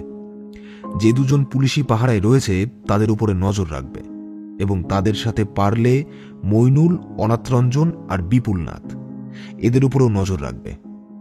আমার মনে হচ্ছে এদের উপর নজর রাখলে কেসটা সমাধান হলেও হতে পারে। বিশেষ করে মইনুলের ওপরে কিন্তু আমার সন্দেহটা রয়েছে। কথাটা মিথ্যে বলনি, দেখি কেমন যেন অপরাধী বলে মনে হয়। অমন ধূর্ত লোক আমি কিন্তু খুব কম দেখেছি। কথা বলে অনেক ভেবেচিন্তে, তবে কোনো কিছুতেই ছট করে রেগে ওঠে না। এমন মানুষ কিন্তু খুব ভয়ঙ্কর হতে পারে। বেশ, তুমি যখন বলছো তাহলে তুমি তাই করো। আর এই হাবুলের ব্যাপারে কোনো খোঁজ নিলে? আমি জানালার কাছে এসে দাঁড়িয়েছিলাম। বাইরের দিকে অন্ধকার নামতে শুরু করেছে। আস্তে আস্তে বললাম, হাবুলের ব্যাপারে খোঁজ নিলেই বোঝা যায় এই কেসটা হয় সামান্য হালকা হবে, না হয় আরো কঠিন হয়ে যাবে। মেলায় ঢুকে একটা কথা আমি বুঝতে পারলাম, এই গ্রামের দ্বারকা ও একজন ইংরেজ পুলিশ অফিসার যে এসেছে তা অনেকেই খবর পেয়ে গেছে এবং আর চোখে আমাদের তাকিয়ে তাকিয়ে দেখছে। তবে হাঁটতে হাঁটতে গোটা মেলা ঘুরে একদম শেষের দিকে মন্দিরের কাছে একটা বড় চাতালের মতো দেখতে পেলাম। সেখানেই বসে রয়েছে বেশ কয়েকটি কম বয়সী যুবক, আর তাদের মাঝখানে বসে রয়েছে একটি ছেলে। গায়ের রংটা একটু চাপা, একটু লম্বাটে ধরনের গড়ন, ঝাঁকড়া ঝাঁকড়া মাথার চুলের মধ্যে দিয়ে একটা বুদ্ধিদীপ্ত মুখ উকি মারছে। ততক্ষণে চারপাশটা অন্ধকার হয়ে এসেছে। মেলার মধ্যে জ্বলে ওঠা আলোতে চারপাশটা যেন আলোকিত হয়ে রয়েছে। এদিক ওদিক চিৎকার ও চেঁচামেচির কথাবার্তায় কান পাতা দেয়। আমি একটু দূর থেকেই নজর রাখতে লাগলাম সেই দিকে। যতদূর মনে হচ্ছে এইটাই হাবুল, কারণ মইনুল বলেছিল হাবুলের একটা দল তৈরি হয়ে গেছে ইতিমধ্যে। যদি মাঝখানে ছেলেটাই হাবুল হয় তবে তার বয়স 20-21-এর বেশি হবে না। এদিক ওদিক ঘুরে বেড়াচ্ছি, অথচ নজর রেখে চলেছি হাবুলের দিকে। এমন সময় দেখতে পেলাম সামনের দিক থেকে হঠাৎ একটা যুবক মেলার মধ্যে হাঁটতে হাঁটতে এক মহিলার গলার কাছ থেকে কি একটা ছিনিয়ে নিয়ে দৌড়তে শুরু করলো মন্দিরটার ধার ঘেঁষে। মন্দিরের চাতালে বসে থাকা যুবকদের মাঝখানে সেই যুবকটি হঠাৎ করে লাফিয়ে উঠল। এক লাফে সে এসে পড়ল মাটিতে। তারপর চোখের নিমেষে ছুটে গেল সেই ছেলেটা, যেই দিকে সেই চোর ছেলেটি দৌড়ে গেছে। তারপর তার হাতের একটা থাপ্পড় গিয়ে পড়ল ছেলেটার গালে। সঙ্গে সঙ্গে সে ছিটকে পড়ল মাটিতে, কারণ এত দ্রুত একটা আক্রমণের জন্য সে প্রস্তুত ছিল না। মাটি থেকে উঠে এসে লড়তে লাগলো বটে, কিন্তু খুশি মারার জন্য একটা হাত তুলে সামনে দাঁড়িয়ে থাকা ছেলেটিকে দেখেই কেমন যেন মূর্ছা গেল। তারপর দৌড়ের সামনে ভিড়ের মধ্যে কোথায় যেন মিশে গেল, বোঝা গেল না। যার গলা থেকে চেন এনেছিল সেও পিছু পিছু দৌড়ে এসেছে। চেনটা ফেরত পেয়ে তার চোখে আনন্দের জল দেখা দিল। সে দুটো হাত তুলে ছেলেটির মাথায় হাত রেখে বোধহয় আশীর্বাদই করল। আমি দূর থেকে ব্যাপারটা দেখতে পেলাম। ছেলেটির মুখের কিন্তু কোনো পরিবর্তন হলো না। সে আবার উঠে গিয়ে বসে পড়ল মন্দিরের চাতালের ওপর। এতক্ষণ ধরে ওরা বসে রয়েছে, অথচ কারোর মুখেই কোনো কথা নেই। ওদের দলে প্রায় 6 জন ছেলে রয়েছে। ব্যাপারটা কি সেটা আমি কিন্তু বুঝতে পারছিলাম না। একটু ইতস্তত করে এগিয়ে গিয়ে মন্দিরের চাতালের সামনে দাঁড়িয়ে বললাম, তোমাদের মধ্যে হাবুলকে? আমার কথায় সকলেই আমার দিকে ঘুরে তাকিয়েছিল। যাকে আমি হাবুল বলে মনে করেছিলাম সেও তাকিয়েছিল। চোখের দৃষ্টিতে কিন্তু কোনো কৌতূহল নেই, কোনো উজ্জ্বলতা নেই, যেন শান্ত একটা দৃষ্টি। সেইভাবেই তাকিয়ে সে শান্ত গলাতেই বলল, আমি হাবুল। আপনাকে তো ঠিক চিনলাম না। ও আচ্ছা আচ্ছা, এই গ্রামে এক ইংরেজ অফিসারের সাথে একজনের দারোগা এসেছে শুনেছি। আপনি সেই দারোগা? চমকে উঠলাম তাকে দেখে। আমি যেমনটা সন্দেহ করেছি সেই হাবুল। সেও আমাকে দেখে ব্যাপারটা বুঝতে পেরেছে। তার বুদ্ধির তারিফ না করে আমি পারলাম না। বললাম, ঠিক ধরেছ হাবুল, তোমার সাথে আমার একটু কথা রয়েছে, যদি একটু। হাবুলের সামনে বসে থাকা ছেলেদের মধ্যে একজন কড়া গলায় বলল, যা বলার এখানেই বলতে হবে, আমাদের ওস্তাদ কোথাও যাবে না। আমি কিছু একটা বলতে যাচ্ছিলাম, তার আগেই হাবুল হাত তুলে বলল, উনি বাইরে থেকে আমাদের এখানে এসেছেন, ওনার সাথে খারাপ ব্যবহার করাটা উচিত নয়। একটা কাজ কর, তোরা এখানেই বস, আমি ওনার সাথে কথা বলে আসছি। এখানে মেলার ভিড়ের চেঁচামেচি, এখানে কথা বলা সম্ভব নয়। মন্দিরের পেছনে বেশ খানিকটা ফাঁকা জায়গা রয়েছে। হাবুল উঠে এলো, আগের মতোই শান্ত এবং দীপ্তভঙ্গিতে। একটু আগেই ওই ছিনতাই বাসটাকে ধরার সময় যেমন ক্ষিপ্তভঙ্গিতে দেখেছিলাম তার মুখের উপর তাকিয়ে, তা যেন কোথায় আবার হারিয়ে গিয়েছে। একটু অবাক লাগছিল। যার কথা মইনুল, অনাথরঞ্জন, এমনকি গঙ্গা পর্যন্ত বলেছে, এই কি সেই গুন্ডা বদমাইশ? তাহলে তার চোখে মুখে এতটা শান্ত ভাব কেন? হাঁটতে হাঁটতে মন্দিরের পেছনের দিকে এলাম। একটু পরেই শুরু হয়েছে জঙ্গল। মইনুল যে জঙ্গলের ভেতরে তাড়ি খাওয়ার ব্যবস্থা করেছিল, সেইটা বোধহয় ওই জঙ্গলেই। বেশ খানিকটা হেঁটে আসার পর হাবুল বলল, জানি দারোগা বাবু, আপনি আমায় কেন ডেকেছেন তা আমি জানি। আপনি মনে করছেন সাবিত্রীর বাবা জগনলালকে আমি খুন করেছি, তবে আমি খুন টুন করিনি। তবে সত্যি বলতে আমি সেদিন রাতে জগনলালের বাড়িতে গিয়েছিলাম। সেদিন রাত্রে তুমি ওদের বাড়িতে গিয়েছিলে, কিন্তু কেন গিয়েছিলে? সেদিন রাতে আমি জগনলালের বাড়িতে গিয়েছিলাম সাবিত্রীর সাথে দেখা করতে। বাড়ির পেছনের দিকের জঙ্গলে লালের ঘরের কাছেই সাবিত্রীর সাথে দেখা হয়েছিল। তারপর সেখান থেকে আমি চলে আসি। তবে সেখান থেকে চলে আসার সময় রাস্তায় আমায় মইনুল দেখতে পেয়েছিল। আমি জানি সে আপনার কাছে কান ভাঙিয়েছে যে আমি সেদিন রাতে জগনলালকে খুন করেছি। আমি গলায় একটু দৃঢ়তা এনে গম্ভীরভাবে বললাম, তুমি কি সেই অভিযোগ অস্বীকার করছো? তুমি কি বলছো তুমি খুন করনি? আধ অন্ধকারের মধ্যেও হাবুল আমার দিকে তাকালো। আমি মনে মনে ভাবছিলাম, পুলিশের কাজ করতে গিয়ে আমাকে কী না করতে হয়েছে এর আগে। তার থেকে বরং এটাই ভালো, সামনে মেলা চলছে আর তার মধ্যে আমি আধ অন্ধকারে একটা নাম করা গুন্ডা বদমাশের সাথে কথা বলছি। কিন্তু সে যা কাজ করেছে তার ব্যাপারে যা শুনেছি, হাবুলকে কিন্তু তেমনটা বলে আমার মনে হলো না। কেমন যেন অঙ্কটা কোথাও মিলছে না। হাবুল কিন্তু আমার কথায় একভাবে বেশ কিছুক্ষণ আমার দিকে তাকিয়ে রইল। তারপর একবার সামান্য হেসে বলল, আপনি আমার নামে অভিযোগ আনতেই পারেন, আপনি আমায় জেলে ভরে শাস্তি দিতেই পারেন, কিন্তু আমি কিছু বলবো না। আমি নিজে যতক্ষণ পর্যন্ত অপরাধীকে খুঁজে বের না করব, ততক্ষণ আমি এই বিষয়ে একটাও কথা বলবো না। ছেলেটার গলায় স্বরে কি যেন একটা ছিল। আমি একটু অতিভূত হয়ে পড়েছিলাম প্রথমে, তারপরেই সামলে নিলাম নিজেকে। বললাম, হাবুল, তুমি বুঝতে পারছো না, এই গোটা কেসটাই তোমার জবানবন্দিটা গুরুত্ব রাখে। কারণ একমাত্র সাবিত্রী দেবী ছাড়া বাকি সকলেই মনে করছে খুনটা তুমিই করেছো। সেদিন তুমি জগনলালকে হুমকি দিয়েছিলে যে তুমি তাকে খুন করবে। তাছাড়া মইনুল বলেছে সেদিন সন্ধে পর্যন্ত তোমায় জগনলালের পেছনে ঘুরঘুর করতে সে দেখেছিল। এমনকি জগনলাল নিজেও তাকে বলেছে তোমার কথা। এই কথায় হাবুল কেমন যেন একটু অবাক হয়ে গেল। বলল, কি বললেন? কি বললেন আপনি? জগনলাল নিজে বলেছে? মানে জগনলাল নিজে বলেছে আমি তাকে খুন করতে চাই? তেমনটাই তো আমায় মইনুল বলল, কিন্তু তুমি কি বলনি তেমন কিছু? দেখো, শুধু মইনুল নয়, অনাথরঞ্জন এবং বিপুলনাথ পর্যন্ত এই কথা বলেছে। আশা করি গ্রামের বাকিরাও তোমার বিরুদ্ধেই। কখনো ভালো কাজ করে অপরাধী কারোর ভালো করার চেষ্টা করেছেন? অথচ অপরাধী হয়েছে নিজে। আমি বুঝতে পেরেছি কেন ওরা তিনজনে আমার বিরুদ্ধে কথা বলছে। কারণটা এই মেলাতেই রয়েছে। আমি এবার হাবুলের কথায় অবাক হয়ে গেলাম। এই মেলাতেই রয়েছে? কিন্তু সেটা কি বলো তো? আমার সাথে আপনি এবার আসুন, আপনাকে সবটা দেখাচ্ছি। হাবুলের পিছু পিছু এগিয়ে গেলাম। হাবুল সেই রোগাটে, লম্বাটে আর শ্যামলা গায়ের রং আলোর মধ্যে ভালোভাবে দেখা যাচ্ছিল না। তবু আমি একটা ছায়ার পেছন পেছন যেন অগ্রসর হতে লাগলাম।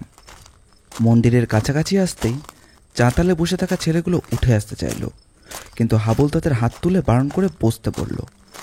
বেশ খানিকটা হেঁটে আমরা এসে পড়লাম একটা দোকানের সামনে। সেখানে একজন বুড়ি বসে রয়েছে। তার সামনে রয়েছে বেত দিয়ে বোনা কিছু আসন, তাছাড়া অনবস্ত হাতে তৈরি করা কিছু ব্যাগও রয়েছে। তার পাশেই বসে রয়েছে একটি বাচ্চা মেয়ে। মেয়েটার বয়স 6-7 বছরের বেশি হবে না। বুড়ির পরনে ময়লা একটা ছিন্ন কাপড়, মেয়েটার পরনেও তেমনই পোশাক। নেহাত গরমকাল বলে বাঁচোয়া, না হলে শীতের সময় হলে এই পোশাকে তাদের হাড় পর্যন্ত জমে যেত। আমি গিয়ে দাঁড়াতেই কিন্তু বাচ্চা মেয়েটার মুখে হাসি ফুটল। সে মুখে হাসি এনে হাত সামনের দিকে বাড়িয়ে দিয়ে হাবুলকে বলল, দাও দাদা, আমাকে আমার জিলিপি কিনে দেবে বলেছিলে না, দাও। হাবুল ওদের দোকানের এক পাশে গিয়ে বসল। মেয়েটার মাথায় হাত বোলাতে বোলাতে শান্ত গলায় বলল হাবুল, দেব রে, তোদের জিলিপি কিনে দেব বলেছি যখন দেব। তোদের বিক্রি হয়েছে? মেয়েটার মুখ হঠাৎ করে কেমন যেন ম্লান হয়ে গেল। পাশে বসে থাকা বুড়ি মানুষটা কোনো রকমে বলল, কি করে বিক্রি হবে বলতো হাবুল, বসেছি তো একদম কোণে। তাছাড়া এসব তো আর এখন কেউ কেনে না। আমি নেহাত চোখে ভালো দেখতে পাই না, কোনো রকমে এসব তৈরি করি, তাই ভালোও হয় না। আর এসব এখন কেউ কেনে না। সারাদিনে খেয়েছো কি? ওই তো কাল রাতে যে মুড়ি দিয়ে গিয়েছিলি, সেই মুড়ি তো দুপুরে খেয়েছি। মেয়েটা আমার সাথে এসে বড় কষ্টে পড়েছে, সে কিছুই খেতে পারে না। বাড়িতে থাকলে এর বাড়ি ওর বাড়ি চেয়ে চিনতে না হয় খাওয়া জোগাড় করত। এখানে তো সে সবও হয় না, কেউ কাউকে ভালোভাবে দেখে না, অন্যদের দেখলেও আমাদের দেখে না। এখন উপরে যেতে পারলেই বাঁচি। আরও কথা বলল হাবুল, কিন্তু আমি বুঝতে পারছিলাম না এগুলোর সাথে হাবুলের শত্রুতার সম্পর্ক কি। একটু পরে হাবুল হাসি মুখে আমার দিকে উঠে এসে বলল, এই বুড়ি আর ওর নাতনিকে এখানে বসার জন্য ওরা টাকা চেয়েছিল। আমি জানি ওদের বিক্রি বাট্টা ভালো না, টাকা কি করে দেব বলুন? পাশের গ্রাম থেকে ওরা এখানে আসে। এই বুড়ির কেউ নেই, তার ছেলে বউ সকলেই মারা গিয়েছে। ওই নাতনি নিয়ে কোনো রকমে সে দিন চালায়। এই মেলায় বসার জন্য ওরা ওই জগনলালের কাছে অনুরোধ করেছিল। জগনলাল সামান্য রাজি হয়েছিল, কিন্তু বাকি 3 জন রাজি টাজি হয়। তারা পয়সা ছাড়া কাউকে এখানে বসতে দেবে না। কিন্তু আমি বলেছিলাম যদি এই বুড়িকে বসতে না দেয় তাহলে এই মেলায় আমি কাউকে বসতে দেব না, গোটা মেলা লন্ডভন্ড করে দেব। তখন আমার ভয়ে ওরা বুড়িকে বসতে দিয়েছে, কিন্তু জায়গা দিয়েছে একদম শেষের দিকে। তাকিয়ে দেখলাম সত্যিই তো এদিকটায় তো লোকজন খুব একটা আসে না। আসলে মেলাটা 4 কোণা হলেও এই দিকটা ছিল একদম কোণের দিকে। যদি কেউ আশেপাশে ঘুরতে ঘুরতে এসে দেখতে পায় তবে এদিকে আসতে পারে। তাছাড়া এই দোকানে কোনো আলোও নেই। পাশের দোকান থেকে যেটুকু আলো এসে পড়েছে শুধু সেইটুকু। কিছুই বুঝতে পারছিলাম না। ভেবেছিলাম হাবুলের সাথে কথা বললে হয়তো তদন্তটা সহজ হবে, কিন্তু এখন দেখছি যে তদন্তটা যেন আরো জটিল হয়ে গেল। বললাম, তুমি বলতে চাইছো এই কারণেই তোমার সাথে ওদের শত্রুতা? কিন্তু তাহলে জগনলাল ও কথা বলল কেন যে তুমি তাকে মারতে চাও? সে কথা যদি জগনলাল নিজে এখানে দাঁড়িয়ে বলতো তাহলে আমি বিশ্বাস করতাম, কিন্তু এখন জগনলাল কখনোই এ কথা বলতে পারে না। হ্যাঁ, তার সাথে আমার একটু যে রাগারাগি ছিল না তা নয়, কিন্তু সে আমার নামে কখনোই মিথ্যে কথা বলবে না। তাহলে মইনুল কেন তোমার নামে মিথ্যে কথা বলতে যাবে? আর এটাই যদি হয় তাহলে তোমার সাথে সাবিত্রীর বিয়ে দিতে রাজি না হওয়ার ব্যাপারটাই বা কেন হচ্ছে? হাবুল আমার মুখের দিকে তাকিয়ে অবাক হয়ে গেল। ব্যাপারটা যে আমি জানতে পেরে গেছি সেটা এতক্ষণ আন্দাজ করতে পারেনি সে।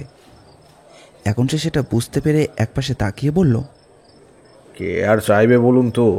একটা চালচুলোহীন ভব ঘুরে পাগলাটে ছেলের সাথে নিজের মেয়ের বিয়ে দিতে কে চাইবে? আমিও সে কথাটা সাবিত্রীকে কত বোঝাই, কিন্তু সে কথা শোনে না। আর আমারও তো পুরুষ মানুষের মন, কি আর করব বলুন? টানে টানে বারবার ছুটে যায় তার কাছে। কিন্তু আমি জগনলালকে খুন করিনি। আপনি যদি আমাকে ধরে নিয়ে যেতে চান নিয়ে যেতে পারে, তবে একটা কথা আমি বলতে পারি। কি কথা? জগনলালের সাথে মইনুলের সম্পর্ক খুব একটা ভালো নয়। অনাথ রঞ্জন কিংবা বিপুল নাথ ওরকম মানুষ নয়। তারা গ্রামের মোড়ল এবং এই সমস্ত কাজকর্ম নিয়েই থাকে। মইনুল শুধু এই মেলার সময় মেলার মন্দিরের কাজকর্ম দেখে, জগনলালও তেমনটাই। তাই অনাথ রঞ্জন আর বিপুলনাথ এই সমস্ত কিছু বেশি ভালোভাবে দেখতে পারে না। সমস্তটাই দেখতে হয় ওই মইনুল আর জগনলালকে। এর মধ্যে এই জগনলাল আর মোহনলাল, দুই ভাইয়ের মধ্যে কিন্তু জমি জমা নিয়ে বেশ বিরোধ রয়েছে। ওই বাড়িতে আপনি গিয়েছিলেন কিনা জানি না, তবে দেখেছেন নিশ্চয় পাশাপাশি দুটো বাড়ি। ওই গোটা জায়গাটা কিন্তু দুজনেরই। বাড়ি ছাড়াও মাঝে মাঝে যে জায়গাটা রয়েছে সেই জায়গাটা বিপুলনাথ কিনে নিতে চায় জগনলাল আর মোহনলালের কাছ থেকে। জগনলাল কিন্তু কিছুতেই তাতে রাজি হয়নি। যদি জগনলালকে সরিয়ে দেওয়া যায় তাহলে ওই কাজটা সহজে হতে পারে, কারণ গঙ্গা কিংবা সাবিত্রীকে বুঝিয়ে দেওয়াটা কঠিন কোনো কাজ নয়। আর এর মধ্যে এই যে অনাথ রঞ্জন রয়েছে, অনাথ রঞ্জন এই গ্রামের মোড়ল, তাকে সবাইকে নিয়ে থাকতে হয়। আসলে বুঝতেই তো পারছে, এখন তো আর ভালো মানুষ খুব একটা পাওয়া যায় না। আমি নিজেও তো খারাপ গুন্ডা বদমাস, তাই সবাই আমার বিরুদ্ধে। আমি অবাক হয়ে হাবুলের কথা শুনছিলাম। গোটা ব্যাপারটা নিয়ে হাবুল যে এত কিছু ভেবেছে একটু অবাক হয়েই বললাম। তোমার কথাবার্তা কিংবা আরও কিছু বলতে যাচ্ছিলাম, ঠিক তার আগেই দেখতে পেলাম একটা লোক চাদর মুড়ি দিয়ে খুব তাড়াতাড়ি এগিয়ে আসছে হাবুলের দিকে। তার হাতে ধরা একটা চকচকে ছুরি। আমি কোনো রকমে তাকে ঠেলে সরিয়ে দিলাম, কিন্তু তার আগেই লোকটা ছুরি চালিয়ে দিয়েছে হাবুলের পেটের কাছে। ধাক্কা দেওয়ার জন্য ছুরিটা তার পেটের একদম কাঁচ ঘেঁষে চলে গেল। হাবুল গিয়ে পড়ল বুড়িমার দোকানের ওপর। আমি তাড়াতাড়ি ছুটে গিয়ে লোকটাকে ধরতে গেলাম, কিন্তু একটা ধাক্কা মেরে মেলার লোকদের মধ্যে কোথাও যেন ছুটে গেল। তারপর তাকে আর দেখতে পেলাম না। এদিকে 5 জন ছেলে ছোকরার দল আমাদের অনুসরণ করেই বোধহয় কাছাকাছি এসে পড়েছিল। ব্যাপারটা দেখতে পেয়ে তাদের মধ্যেও 2-3 জন ছুটে গেল ভিড়ের মধ্যে। বাকি 2 জন ছুটে এসে তুলে ধরল হাবুলকে। আমি বললাম, হাবুল, তুমি ঠিক আছো তো? তোমার বেশি লাগেনি তো? ব্যাটারা ছুরি চালাতেও জানে না। আমি এদিক ওদিক তাকিয়ে দেখছিলাম। বাকি 3 জন ছেলে তখন ঘুরে চলে এসেছিল, কাউকেই ধরতে পারেনি। মেলার মধ্যে কিন্তু এই ছোট্ট ঘটনার প্রভাব আশেপাশেই পড়েছিল। শুধু বুড়ির দোকান একরকম ভেঙে গিয়েছিল।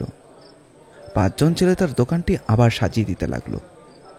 হাবুল পেটের জামা তুলে দেখালো, পেটের কাছে একটা দাগ রয়েছে, সেখান থেকে সামান্য রক্ত ঝরে পড়ছে। তাড়াতাড়ি পকেট থেকে একটা রুমাল বার করে সেখানে চেপে ধরে বলল, দারোগা বাবু, এখানে এমন অনেকেই আছে যারা আমায় সরিয়ে দিতে চায়। আমি সরে গেলে ওদের অনেক কাজ যে সহজ হয়ে যাবে, তাই জন্যে আসলে আমার এই গোটা দল আর আমি মিলে তো রাতের বেলা গ্রামে পাহারা দিই, যাতে কেউ কিছু করতে না পারে। হঠাৎ করে আমার মনে পড়ে গেল হেস্টিংস সাহেবের বলা কয়েকটা কথা। তিনি বলেছিলেন হাবুল বড়ই অদ্ভুত। তার নামে অনেকে অনেক কথা বললেও সে নাকি অনেক ভালো কাজ করতে পারে। আমার চোখের সামনে তাকে পরপর 2টো ভালো কাজ করতে দেখেছি, কিন্তু তাহলে জগনলালের স্ত্রী গঙ্গা ছেলেটাকে গুন্ডা বদমাইশ বলল কেন? আর সাবিত্রীও তো নিজে বলল যে 1 বছর আগে সে একজনের ঠ্যাং ভেঙে দিয়েছিল। যতই হোক, কারোর ঠ্যাং ভেঙে দেওয়াটা তো আর ভালো মানুষের কাজের মধ্যে পড়ে না। আমি আর কিছু নিতে পারছিলাম না, তাই হাবুলকে ততক্ষণের জন্য বিদায় জানিয়ে তার ছেলেদের তাকে সাবধান থাকতে বলে চলে এলাম আমার আস্তানায়। আর এসে দেখলাম হেস্টিংস সাহেব তখনও পৌঁছয়নি। মোহনলাল বলল, আমি তো চাইলে অনেক কিছুই বলতে পারি। আমার দাদা জগনলাল আমায় ঠকিয়ে আমার জমি অনেকটা নিয়ে নিয়েছে। আপনি গায়ের মোড়লদের ডাকুন, অনেকেই তো রয়েছে, তাদের ডেকে আমার জমি মেপে দেখুন। আমার জমি থেকে দাদা অনেকটাই জমি নিয়ে নিয়েছে। তাহলে সে নিশ্চয়ই তোমার বাড়ির দিক থেকে ওখানে এসেছে। না দারোগা বাবু, আমি তো সেদিন রাতে কিছু দেখতে পাইনি। আমার বউ কিছু দেখেছে বলে মনে হয় না, সে তো আমার আগেই ঘুমিয়ে পড়ে। আচ্ছা মোহনলাল, তোমার কাউকে সন্দেহ হয় যে তোমার দাদা জগনলালকে মারতে পারে? ওদের কোনো ব্যাপারে আমি থাকতাম না। আমার সাথে জমি নিয়ে অনেকদিন আগে একবার ঝামেলা হয়েছিল, তারপর জমি ভাগ হয়ে যায়। তবে দাদা আমায় ঠকিয়েছে। তাছাড়া সামনের জমিটা বিক্রি করার জন্য দাদাকে আমি রাজি করাতে চাইছিলাম, কিন্তু দাদা কিছুতেই রাজি হচ্ছিল না। জমিটা কাকে বিক্রি করতে? অনাথ রঞ্জনকে? জমি ফেলে রেখে তো শুধু শুধু লাভ নেই।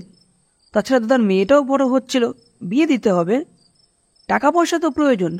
তাই দাদাকে বলেছিলাম জমিটা বিক্রি করে নিয়ে দুজনে দুজনের ভাগ বুঝে নিই, তাহলে আর কোনো ঝামেলাই থাকতো না।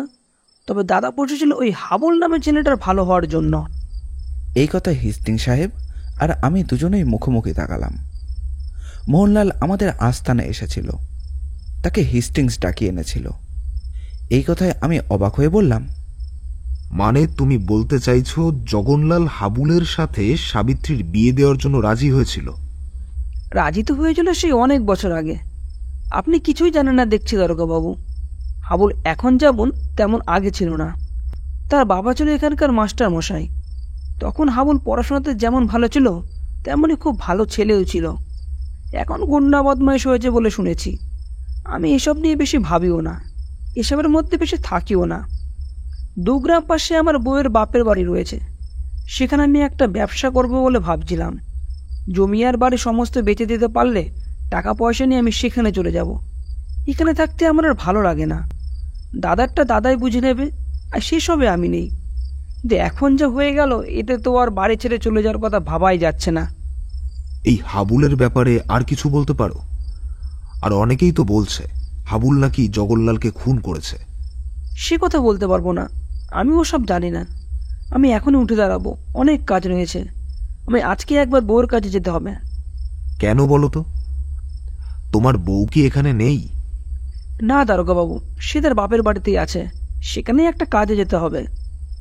মোহনলাল বেরিয়েছে, তাই যে লোকটি আমাদের এখানে দেখাশোনা করে এসে ঘরে ঢুকলো সে একটু ইতস্তত করে বলল, বড়বাবু, হাবুল আপনার সঙ্গে দেখা করতে এসেছে।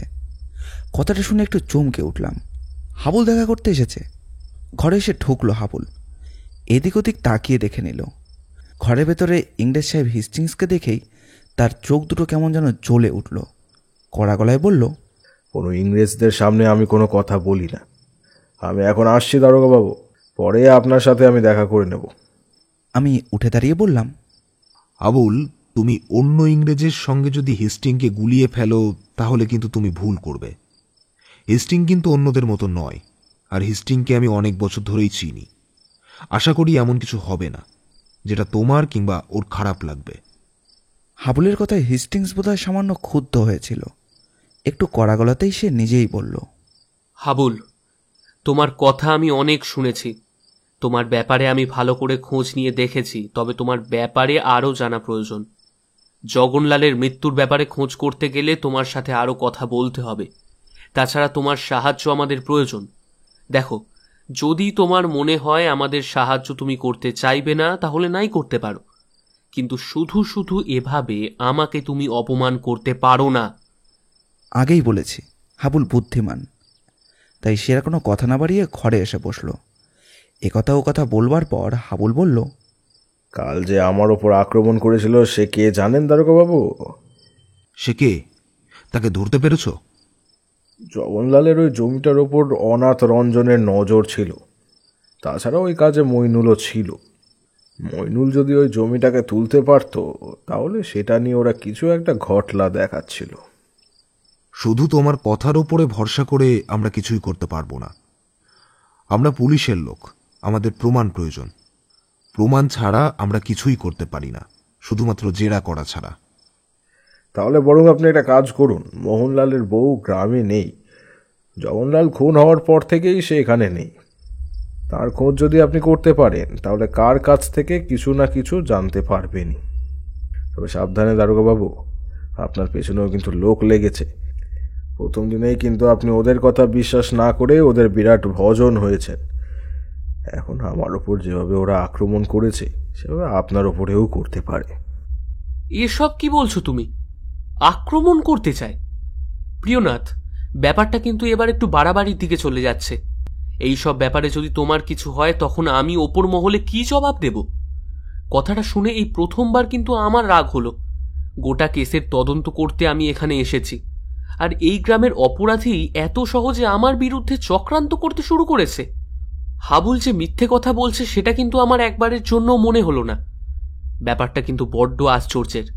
প্রথম দিনে হাবুলের কথা শুনে একটা গুন্ডা বদমাইশকেও ভেবেছিলাম, কিন্তু আজ তার কথায় বিশ্বাস করার যথেষ্ট কারণ আছে। হাবুল, কথাটা মিথ্যে নয় তো? তুমি কোনোভাবে আমাদের মন অন্যদিকে ঘুরিয়ে দিয়ে নিজের কাজ করতে চাইছো না তো? হাবুল কেমন যেন অবাক হয়ে গিয়েছিল আমার কথা শুনে। সে বলল, দারোগাবাবু, আমি বুঝতে পারছি আপনি পুলিশের লোক, আমার মতো একটা গুন্ডা বদমাইশকে এভাবে বিশ্বাস করতে পারছেন না। তবে আপনি একটা কাজ করতে পারেন। আপনার আমাকে বিশ্বাস করতে হবে না, আপনি নিজের মতোই কাজ করতে থাকুন। তবে দারোগাবাবু, যদি কোনো বিপদে পড়েন তখন হাবুল কিন্তু আপনার সাহায্যের জন্য থাকবে। হাবুল এই কথাটা বলে আর সেখানে দাঁড়ালো না, দরজার কাছ পর্যন্ত চলে গেল।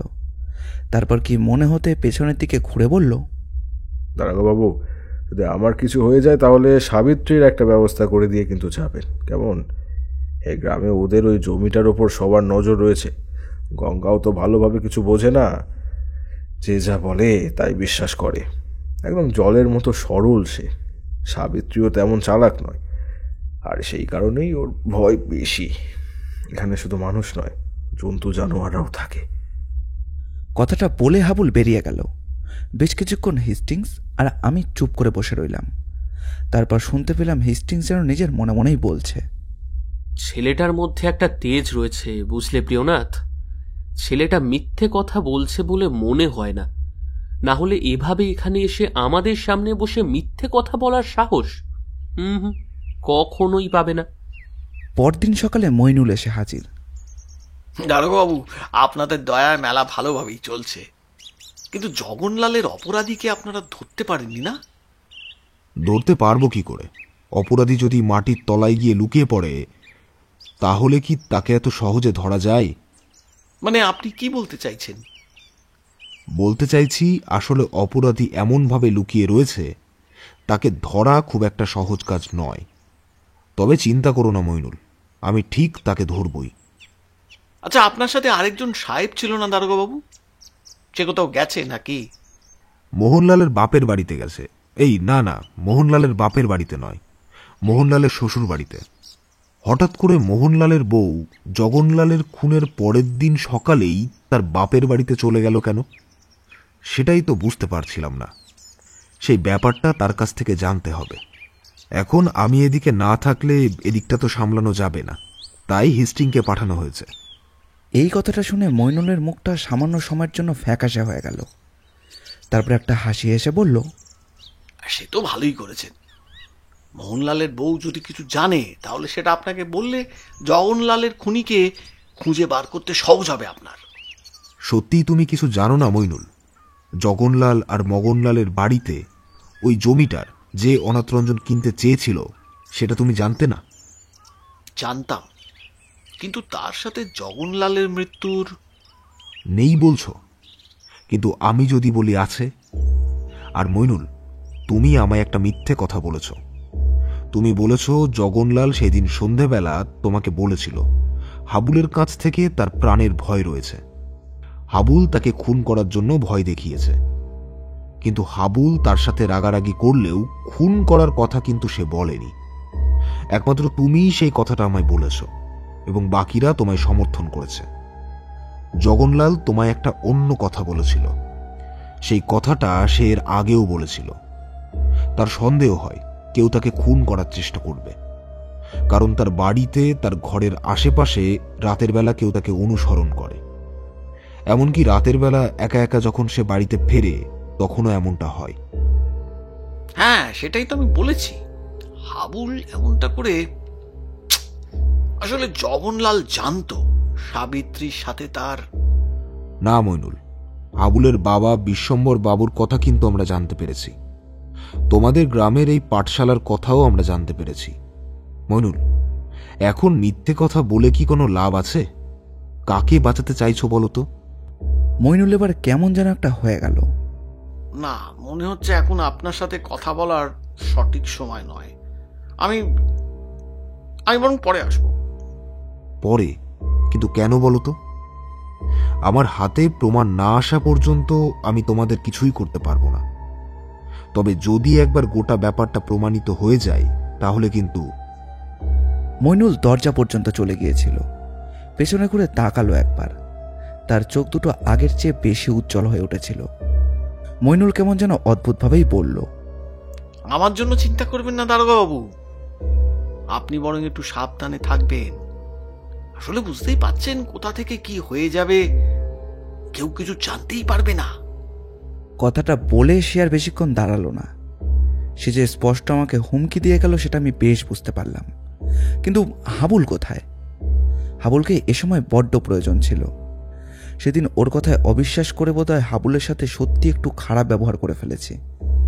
তাছাড়া হাবুল তো এখনো পর্যন্ত আমাদের কোনো ক্ষতি করেনি। ব্যাপারটা বড্ড ভুল হয়ে গেছে। হেস্টিংস বিকেলের দিকে চলে যাবে, তার আগে বরং একবার হাবুলকে খুঁজে দেখি। কিন্তু তাকে পাবো কোথায়? কথাটা মনে হতেই হঠাৎ করে সাবিত্রীর কথা মনে পড়ল। যে লোকটি আমাদের দেখাশোনা করত, তাকে নিয়ে চললাম সাবিত্রীর বাড়ির দিকে।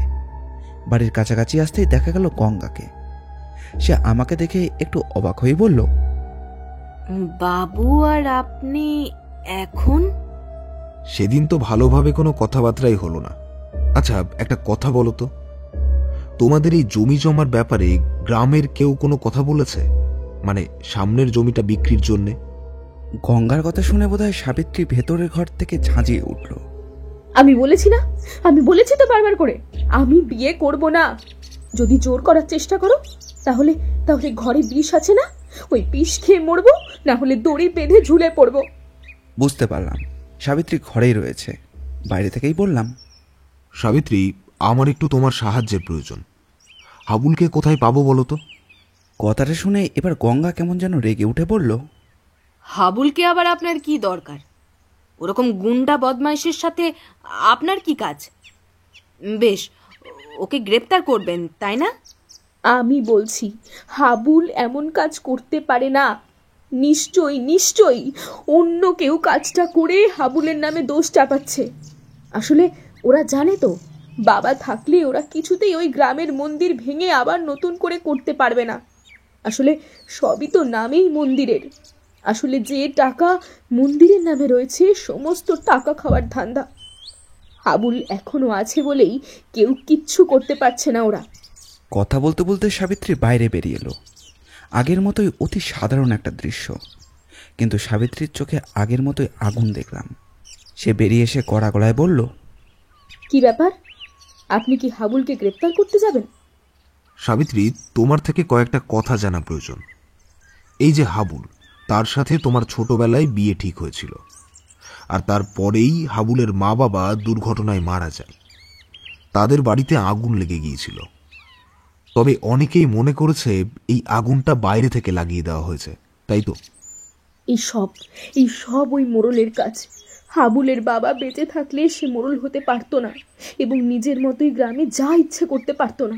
তাই ওরাই আগুন লাগিয়ে ওদের দুজনকে পুড়িয়ে মেরেছে। কিন্তু হাবুল কোনোভাবে বেঁচে গেছে, কারণ সে সেদিন বাড়িতে ছিলই না।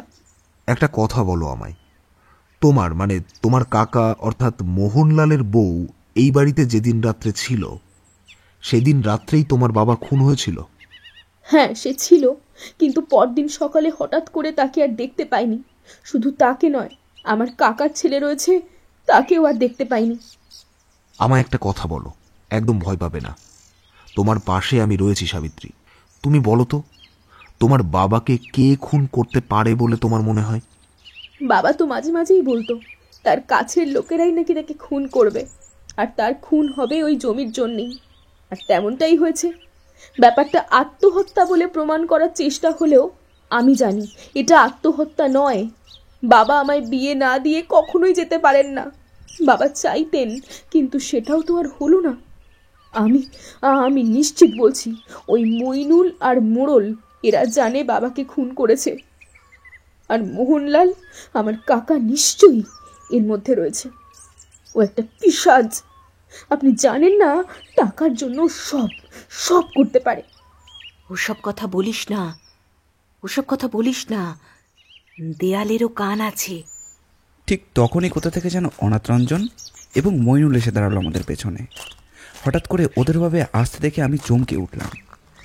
এই তো গন্ধে গন্ধে এসে পড়েছে দেখছি। তবে খুব বেশি অপেক্ষা করতে হবে না, হাতে একবার প্রমাণটা আসুক। কিন্তু দারোগা বাবু, আপনি বোধহয় সেই সময়টা আর পাবেন না। মইনুল একটা ছুরি বার করে আমার গলার কাছে এনে ধরল। আমি যে লোকটার সাথে কথা বলছিলাম সে কোন ফাঁকে যেন পালিয়ে গিয়েছে।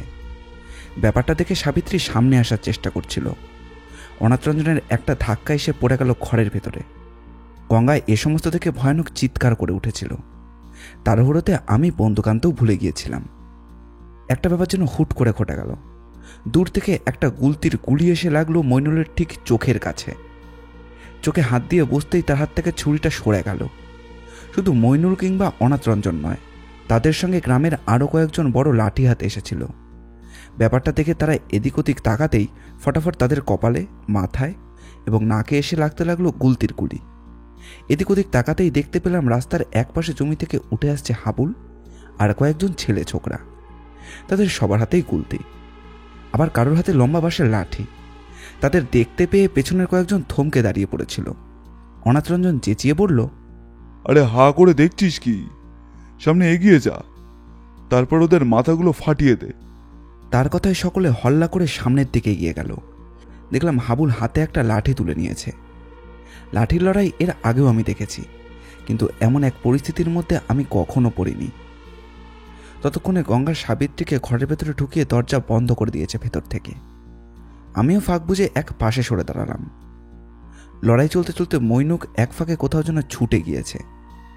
অনাথরঞ্জন বুঝতে পারছিল যে আবহাওয়া খুব একটা ভালো নয়, তাই সেও পালিয়ে যেতে যাবে। ঠিক তখনই কোথা থেকে যে লোকটা আমাকে নিয়ে এসেছিল সে এসে পড়ল। তার হাতে একটা লম্বা দড়ি। কোথা থেকে যে সে দড়িটা জোগাড় করে এনেছিল তা আমি কিন্তু জানি না, কিন্তু দুজনে মিলে দড়ি দিয়ে অনাথরঞ্জনকে বেঁধে রাখলাম একটা গাছের সাথে। সে চিৎকার করে বলতে লাগলো, আমি হচ্ছি গিয়ে এই গ্রামের মোড়ল, আমাকে এইভাবে দড়ি দিয়ে বেঁধে রাখতে পারবি না তোরা। মোড়ল হও আর যাই হও, পুলিশের গায়ে হাত তুলেছ, পুলিশকে মারতে চেয়েছ। সেই অপরাধে আমি তোমায় জেলে ভরে জেলের ঘানি টানাতে পারি, তবে তার চেয়েও বড় অপরাধের সাক্ষী আসতে চলেছে। দেখতে দেখতে লোকগুলো ধরাশয়ী হলো। হাবুলের দলের একজনের চোট লেগেছিল। হাবুল হাঁপাতে হাঁপাতে বলল, ভাগ্যিস আপনাদের বাড়ির ওপরে একজনকে রেখেছিলাম।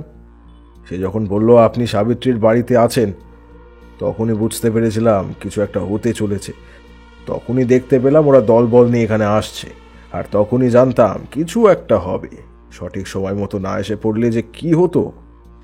দু একটা লাঠির বাড়ি পড়তো, আর কিছুই হতো না। তবে তোমায় সেই দিন ওভাবে... আপনি পুলিশের লোক, সবাইকে সন্দেহ করা আপনার কাজ। তাছাড়া গ্রামের সবাই তো জানে আমি গুন্ডা বদমাশ, তাই আমাকে আপনি ওভাবে বিশ্বাস করবেনই বা কি করে, তাই না? কোনো প্রমাণ তো নেই যে আমি অপরাধী নই। তবে আপনাদের ওই সাহেব 2 গ্রাম পাশে মোহনলালের শ্বশুর বাড়িতে গিয়েছিল, সে খবর আমি পেয়েছি। তবে সেখান থেকে কিছু না কিছু জানা যাবে, না হলে হঠাৎ করে জগনলালের খুনের পরদিন সকালে মোহনলাল তার বউ ছেলেকে বাপের বাড়ি পাঠিয়ে দিল কেন? হুজুরের অবস্থা তো ভালো নয়, কি করা যাবে? এদের কিছুই হবে না, গ্রামে দিব্যি আছে, সে ঠিক করে দেবে। সামান্য আঘাত লেগেছে, কোনো অসুবিধে হবে না, ও আমরা দেখে নেব। আপনি সাবধানে বাড়ি যান, আর একে কি কি করা চাই আমি দেখছি। কাছাকাছি তো কোনো থানা নেই, আমাদের এখান থেকে যেতে হবে। তারপর পুলিশ আসবে আর এদের নিয়ে যাবে। তার আগে আশা করছি হিস্টিং সমস্ত তথ্য নিয়ে চলে আসবে। হিস্টিং সেদিন বিকেলেই চলে এসেছিল। তার কাছে যা খবর ছিল তাতে লালমোহনের বউ এবং ছেলে সমস্তটাই জানত। সেদিন রাতে তারা দেখেছিল অনেক রাত্রের দিকে মোহনলাল ঘরে এসে ঢুকেছে, তার হাতে রক্তের দাগ। পরদিন সকালে সমস্তটা জানাবার জন্য তাদের সেখানে আর থাকতে দেয়নি সে। সকাল হতেই তাদের পাঠিয়ে দেওয়া হয়েছিল বাপের বাড়িতে। লালমোহন ভেবেছিল সে এখানকার জমিজমা বেচে দিয়ে চলে যাবে, তাকে আর কেউ দেখতে পাবে না। কিন্তু সে বুঝতে পারেনি যে এখানে পুলিশ পর্যন্ত এসে পড়বে। গ্রামের মোড়ল এবং 2-1 মাথা যখনই সেই দলে রয়েছে, তখন তাকে এই গ্রামবাসীরা আর কী করতে পারে, এমনটাই সে ভেবেছিল। কিন্তু আমরা এসে পড়াতে তাদের সমস্যা হয়ে যায়। আমি গ্রামে থেকে গিয়েছিলাম, হিস্টিং শহরের উদ্দেশ্যে রওনা হয়েছিল। তবে এখান থেকে শহরে যাওয়ার জন্য তেমন কোনো সুগম পথ ছিল না, কিন্তু সে ব্যবস্থা হাবুল করে দিয়েছিল। গরুর গাড়িতে করে বেশ খানিকটা গিয়ে তারপর সেখান থেকে রেলগাড়ি। হাবুল সমস্ত ব্যবস্থা করে হিস্টিংসকে কলকাতা পর্যন্ত পাঠিয়ে দিয়ে ফিরে এসেছিল। সেদিন সন্ধ্যের দিকে হাবুল আমার কাছে এসেছিল, সঙ্গে সাবিত্রীও ছিল। একটু লজ্জা লজ্জা মুখে দুজনে ঘরে ঢুকতেই আমাদের কাজের যে লোকটি ছিল সে বলল, এবার ভালো হয়েছে, এবার সবাই ধরা পড়বে। মাস্টারমশাইকে ওরা আগুনে পুড়িয়ে মেরেছিল দারোগাবাবু, আগুনে পুড়িয়ে মেরেছিল। তখন আমিও অনেক ছোট, তখন কিছুই বুঝিনি। পরে বুঝেছিলাম ওই মইনুল আর ওই অনাথরঞ্জন মানুষ নয়, ওরা এক একটা জানোয়ার। আর এই জগন্লাল ভালো মানুষ হলেও তার ভাই মোহনলাল ভালো মানুষ ছিল না। আমি ছাপোষা মানুষ, আমার কি এসব কথা বলা সাজে? নিহাত আপনারা এসে পুরো সবটা বুঝতে পারলেন তাই, না হলে এই সব কিছুই চাপা পড়ে যেত। দেখতাম কবে ওই গঙ্গাকেও এইভাবে খুন করে ফেলতো, তারপর সাবিত্রীর চিহ্নও কোথাও খুঁজে পাওয়া যেত না। হাবুল ছিল তাই আর কিছু।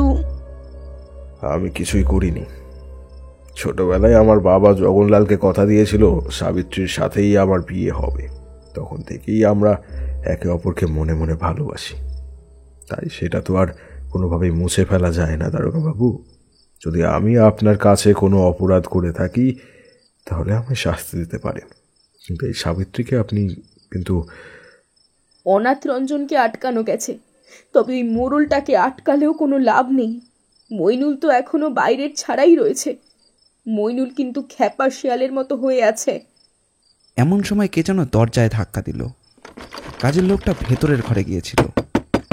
হাবুল উঠে পড়ে দরজার কাছে গিয়ে দরজা খুলতে যাবে, এমন সময় হঠাৎ করে কি যেন একটা মনে হতেই বললাম, হাবুল, দরজা খুলো না।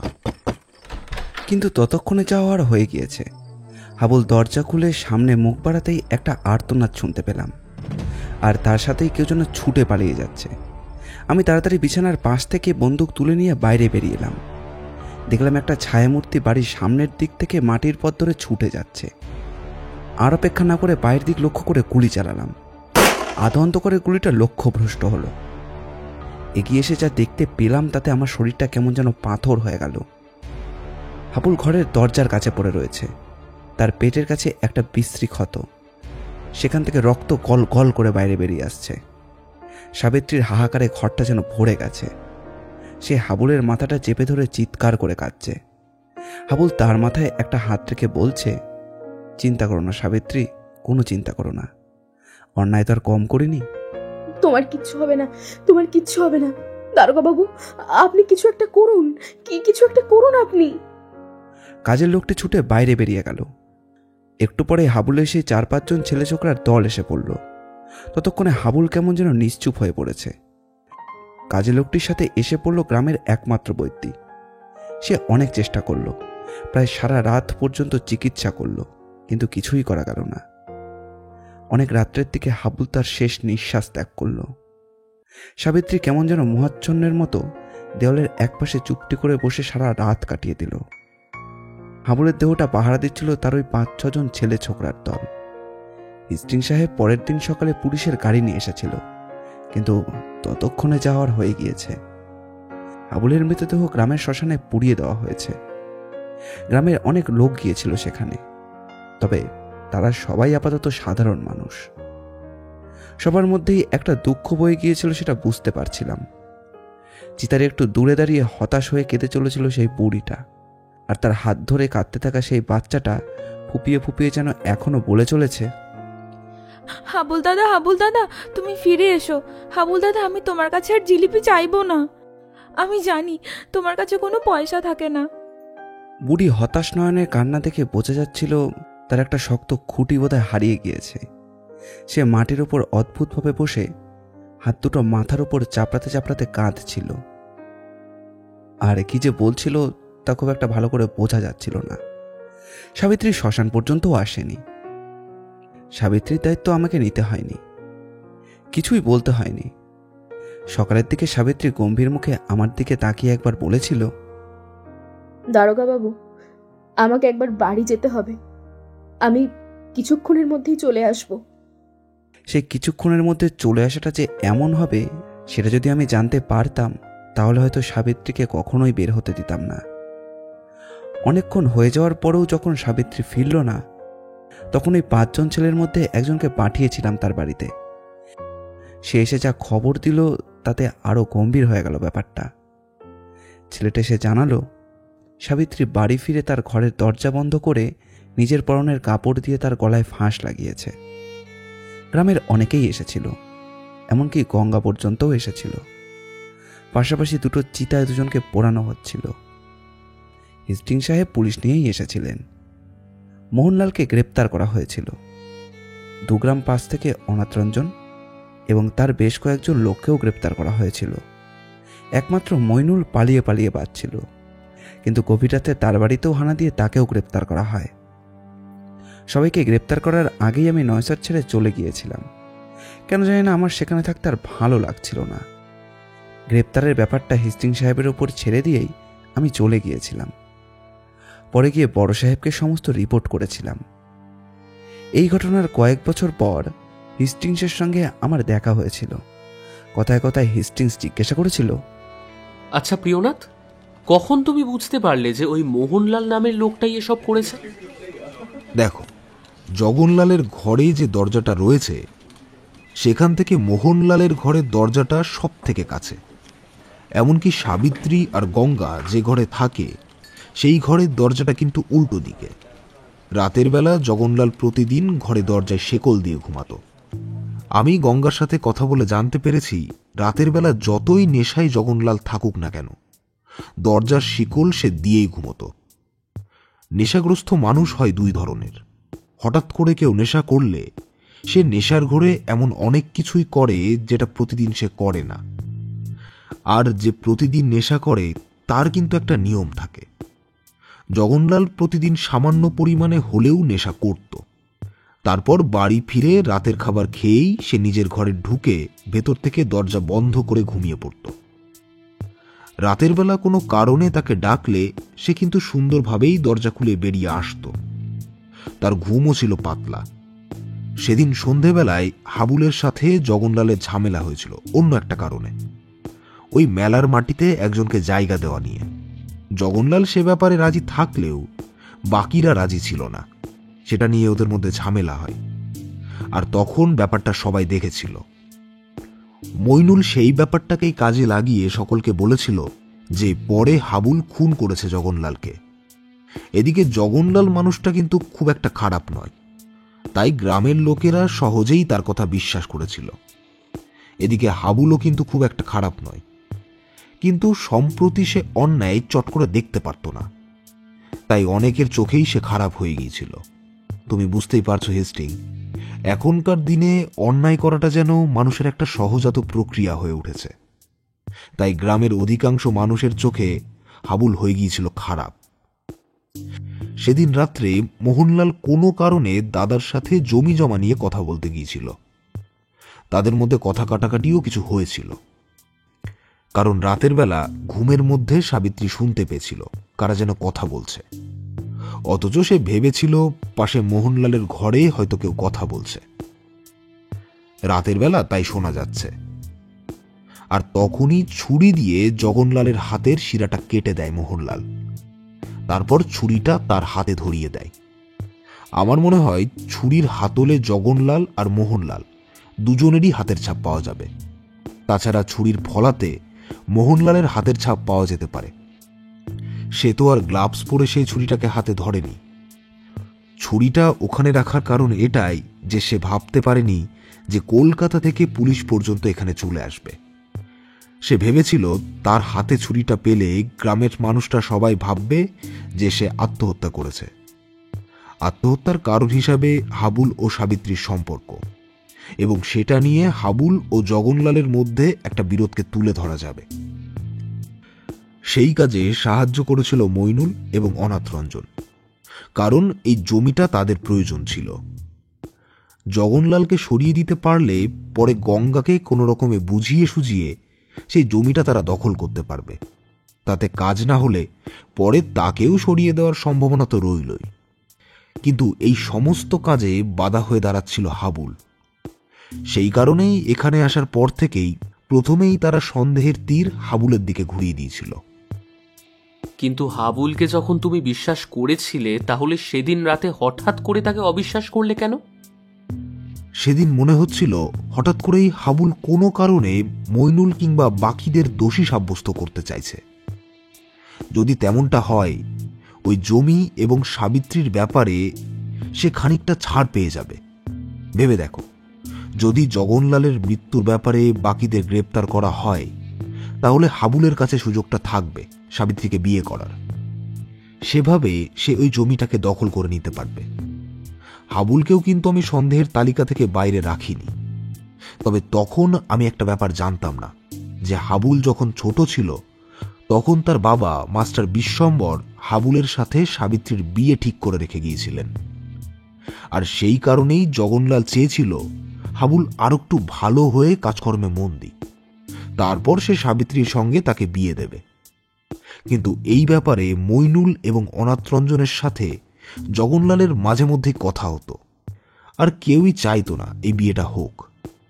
শেষে যখন মগনলাল এই কাজটা করে, তখন বোধহয় সে কোনোভাবে ওদের দ্বারস্থ হয়েছিল, আর ওরাও বলেছিল ওরা সাহায্য করবে, তার বদলে জমিটা ওদের কাছে বিক্রি করতে হবে। মোহনলাল ভাবতে পারেনি আমরা তার শ্বশুর বাড়িতে তার বউ ছেলের কাছে গিয়ে পৌঁছে যাব। মোহনলালের বউও অতি সামান্য গ্রাম্য মেয়ে, গোটা ব্যাপারে সেও ভয় পেয়েছিল। সে কিছুই জানত না, সে শুধু সেদিন রাত্রে তার স্বামীর হাতে রক্ত দেখেছিল। তুমি তো সেটা জেনেই এসেছিলে। তারপর দুয়ে দুয়ে 4 করতে খুব একটা অসুবিধা হয়নি। পুলিশের জেরার কাছে মগনলাল নিজেই সব স্বীকার করেছে। সত্যিই প্রিয়নাথ, তুমি যে ব্যাপারটা এমন ভাবে ভাববে আমি তা বুঝতেই পারিনি। তুমি যখন আমাকে মোহনলালের বউয়ের কাছে পাঠিয়েছিলে, তখনই আমি বুঝতে পেরেছিলাম যে এখানে কোনো একটা ব্যাপার আছে, কিন্তু এতটা ভাবিনি। আমি বুঝতে পারলাম হেস্টিংস মারা যাওয়ার কথাটা বলছে, তাই সামান্য হেসে বললাম, হেস্টিং, তুমি তাহলে বসো, আমার একটা কাজ আছে, আমি বের হই। নতুন কোনো তদন্ত নাকি প্রিয়নাথ? আমি পেছনের দিকে তাকিয়ে বললাম, হতে পারে হেস্টিং, আসলে বড় সাহেব ডেকে পাঠিয়েছেন। গল্পটি ভালো লাগলে অবশ্যই লাইক করবেন এবং কীরকম লাগলো সেটি কমেন্ট করে জানাবেন। আমরা আপনাদের মধ্যে থেকে একটি কমেন্ট পিন করে দেব। এই রকম গোয়েন্দা গল্প ও অ্যাডভেঞ্চার গল্প আমরা প্রায়ই নিয়ে আসি। আমাদের চ্যানেলটি ঘুরেও আসতে পারেন। আমাদের চ্যানেলটিকে সাবস্ক্রাইব করে আমাদের পাশে থাকবেন। এখন আপনাদের কাছে একটি অনুরোধ, যারা যারা আমাদের হোয়াটসঅ্যাপ চ্যানেলের সঙ্গে যুক্ত হননি তাদেরকে অনুরোধ করব যুক্ত হতে। সেখানে আমরা নতুন গল্পের আপডেট দিয়ে থাকি, ফলে আপনাদের কোনো গল্পের নোটিফিকেশান মিস হবে না এবং সেখানে আপনাদের প্রাইভেসির ওপরেও লক্ষ্য রাখা হয়েছে। আপনাদের ভালোবাসা একান্ত কাম্য। ধন্যবাদ।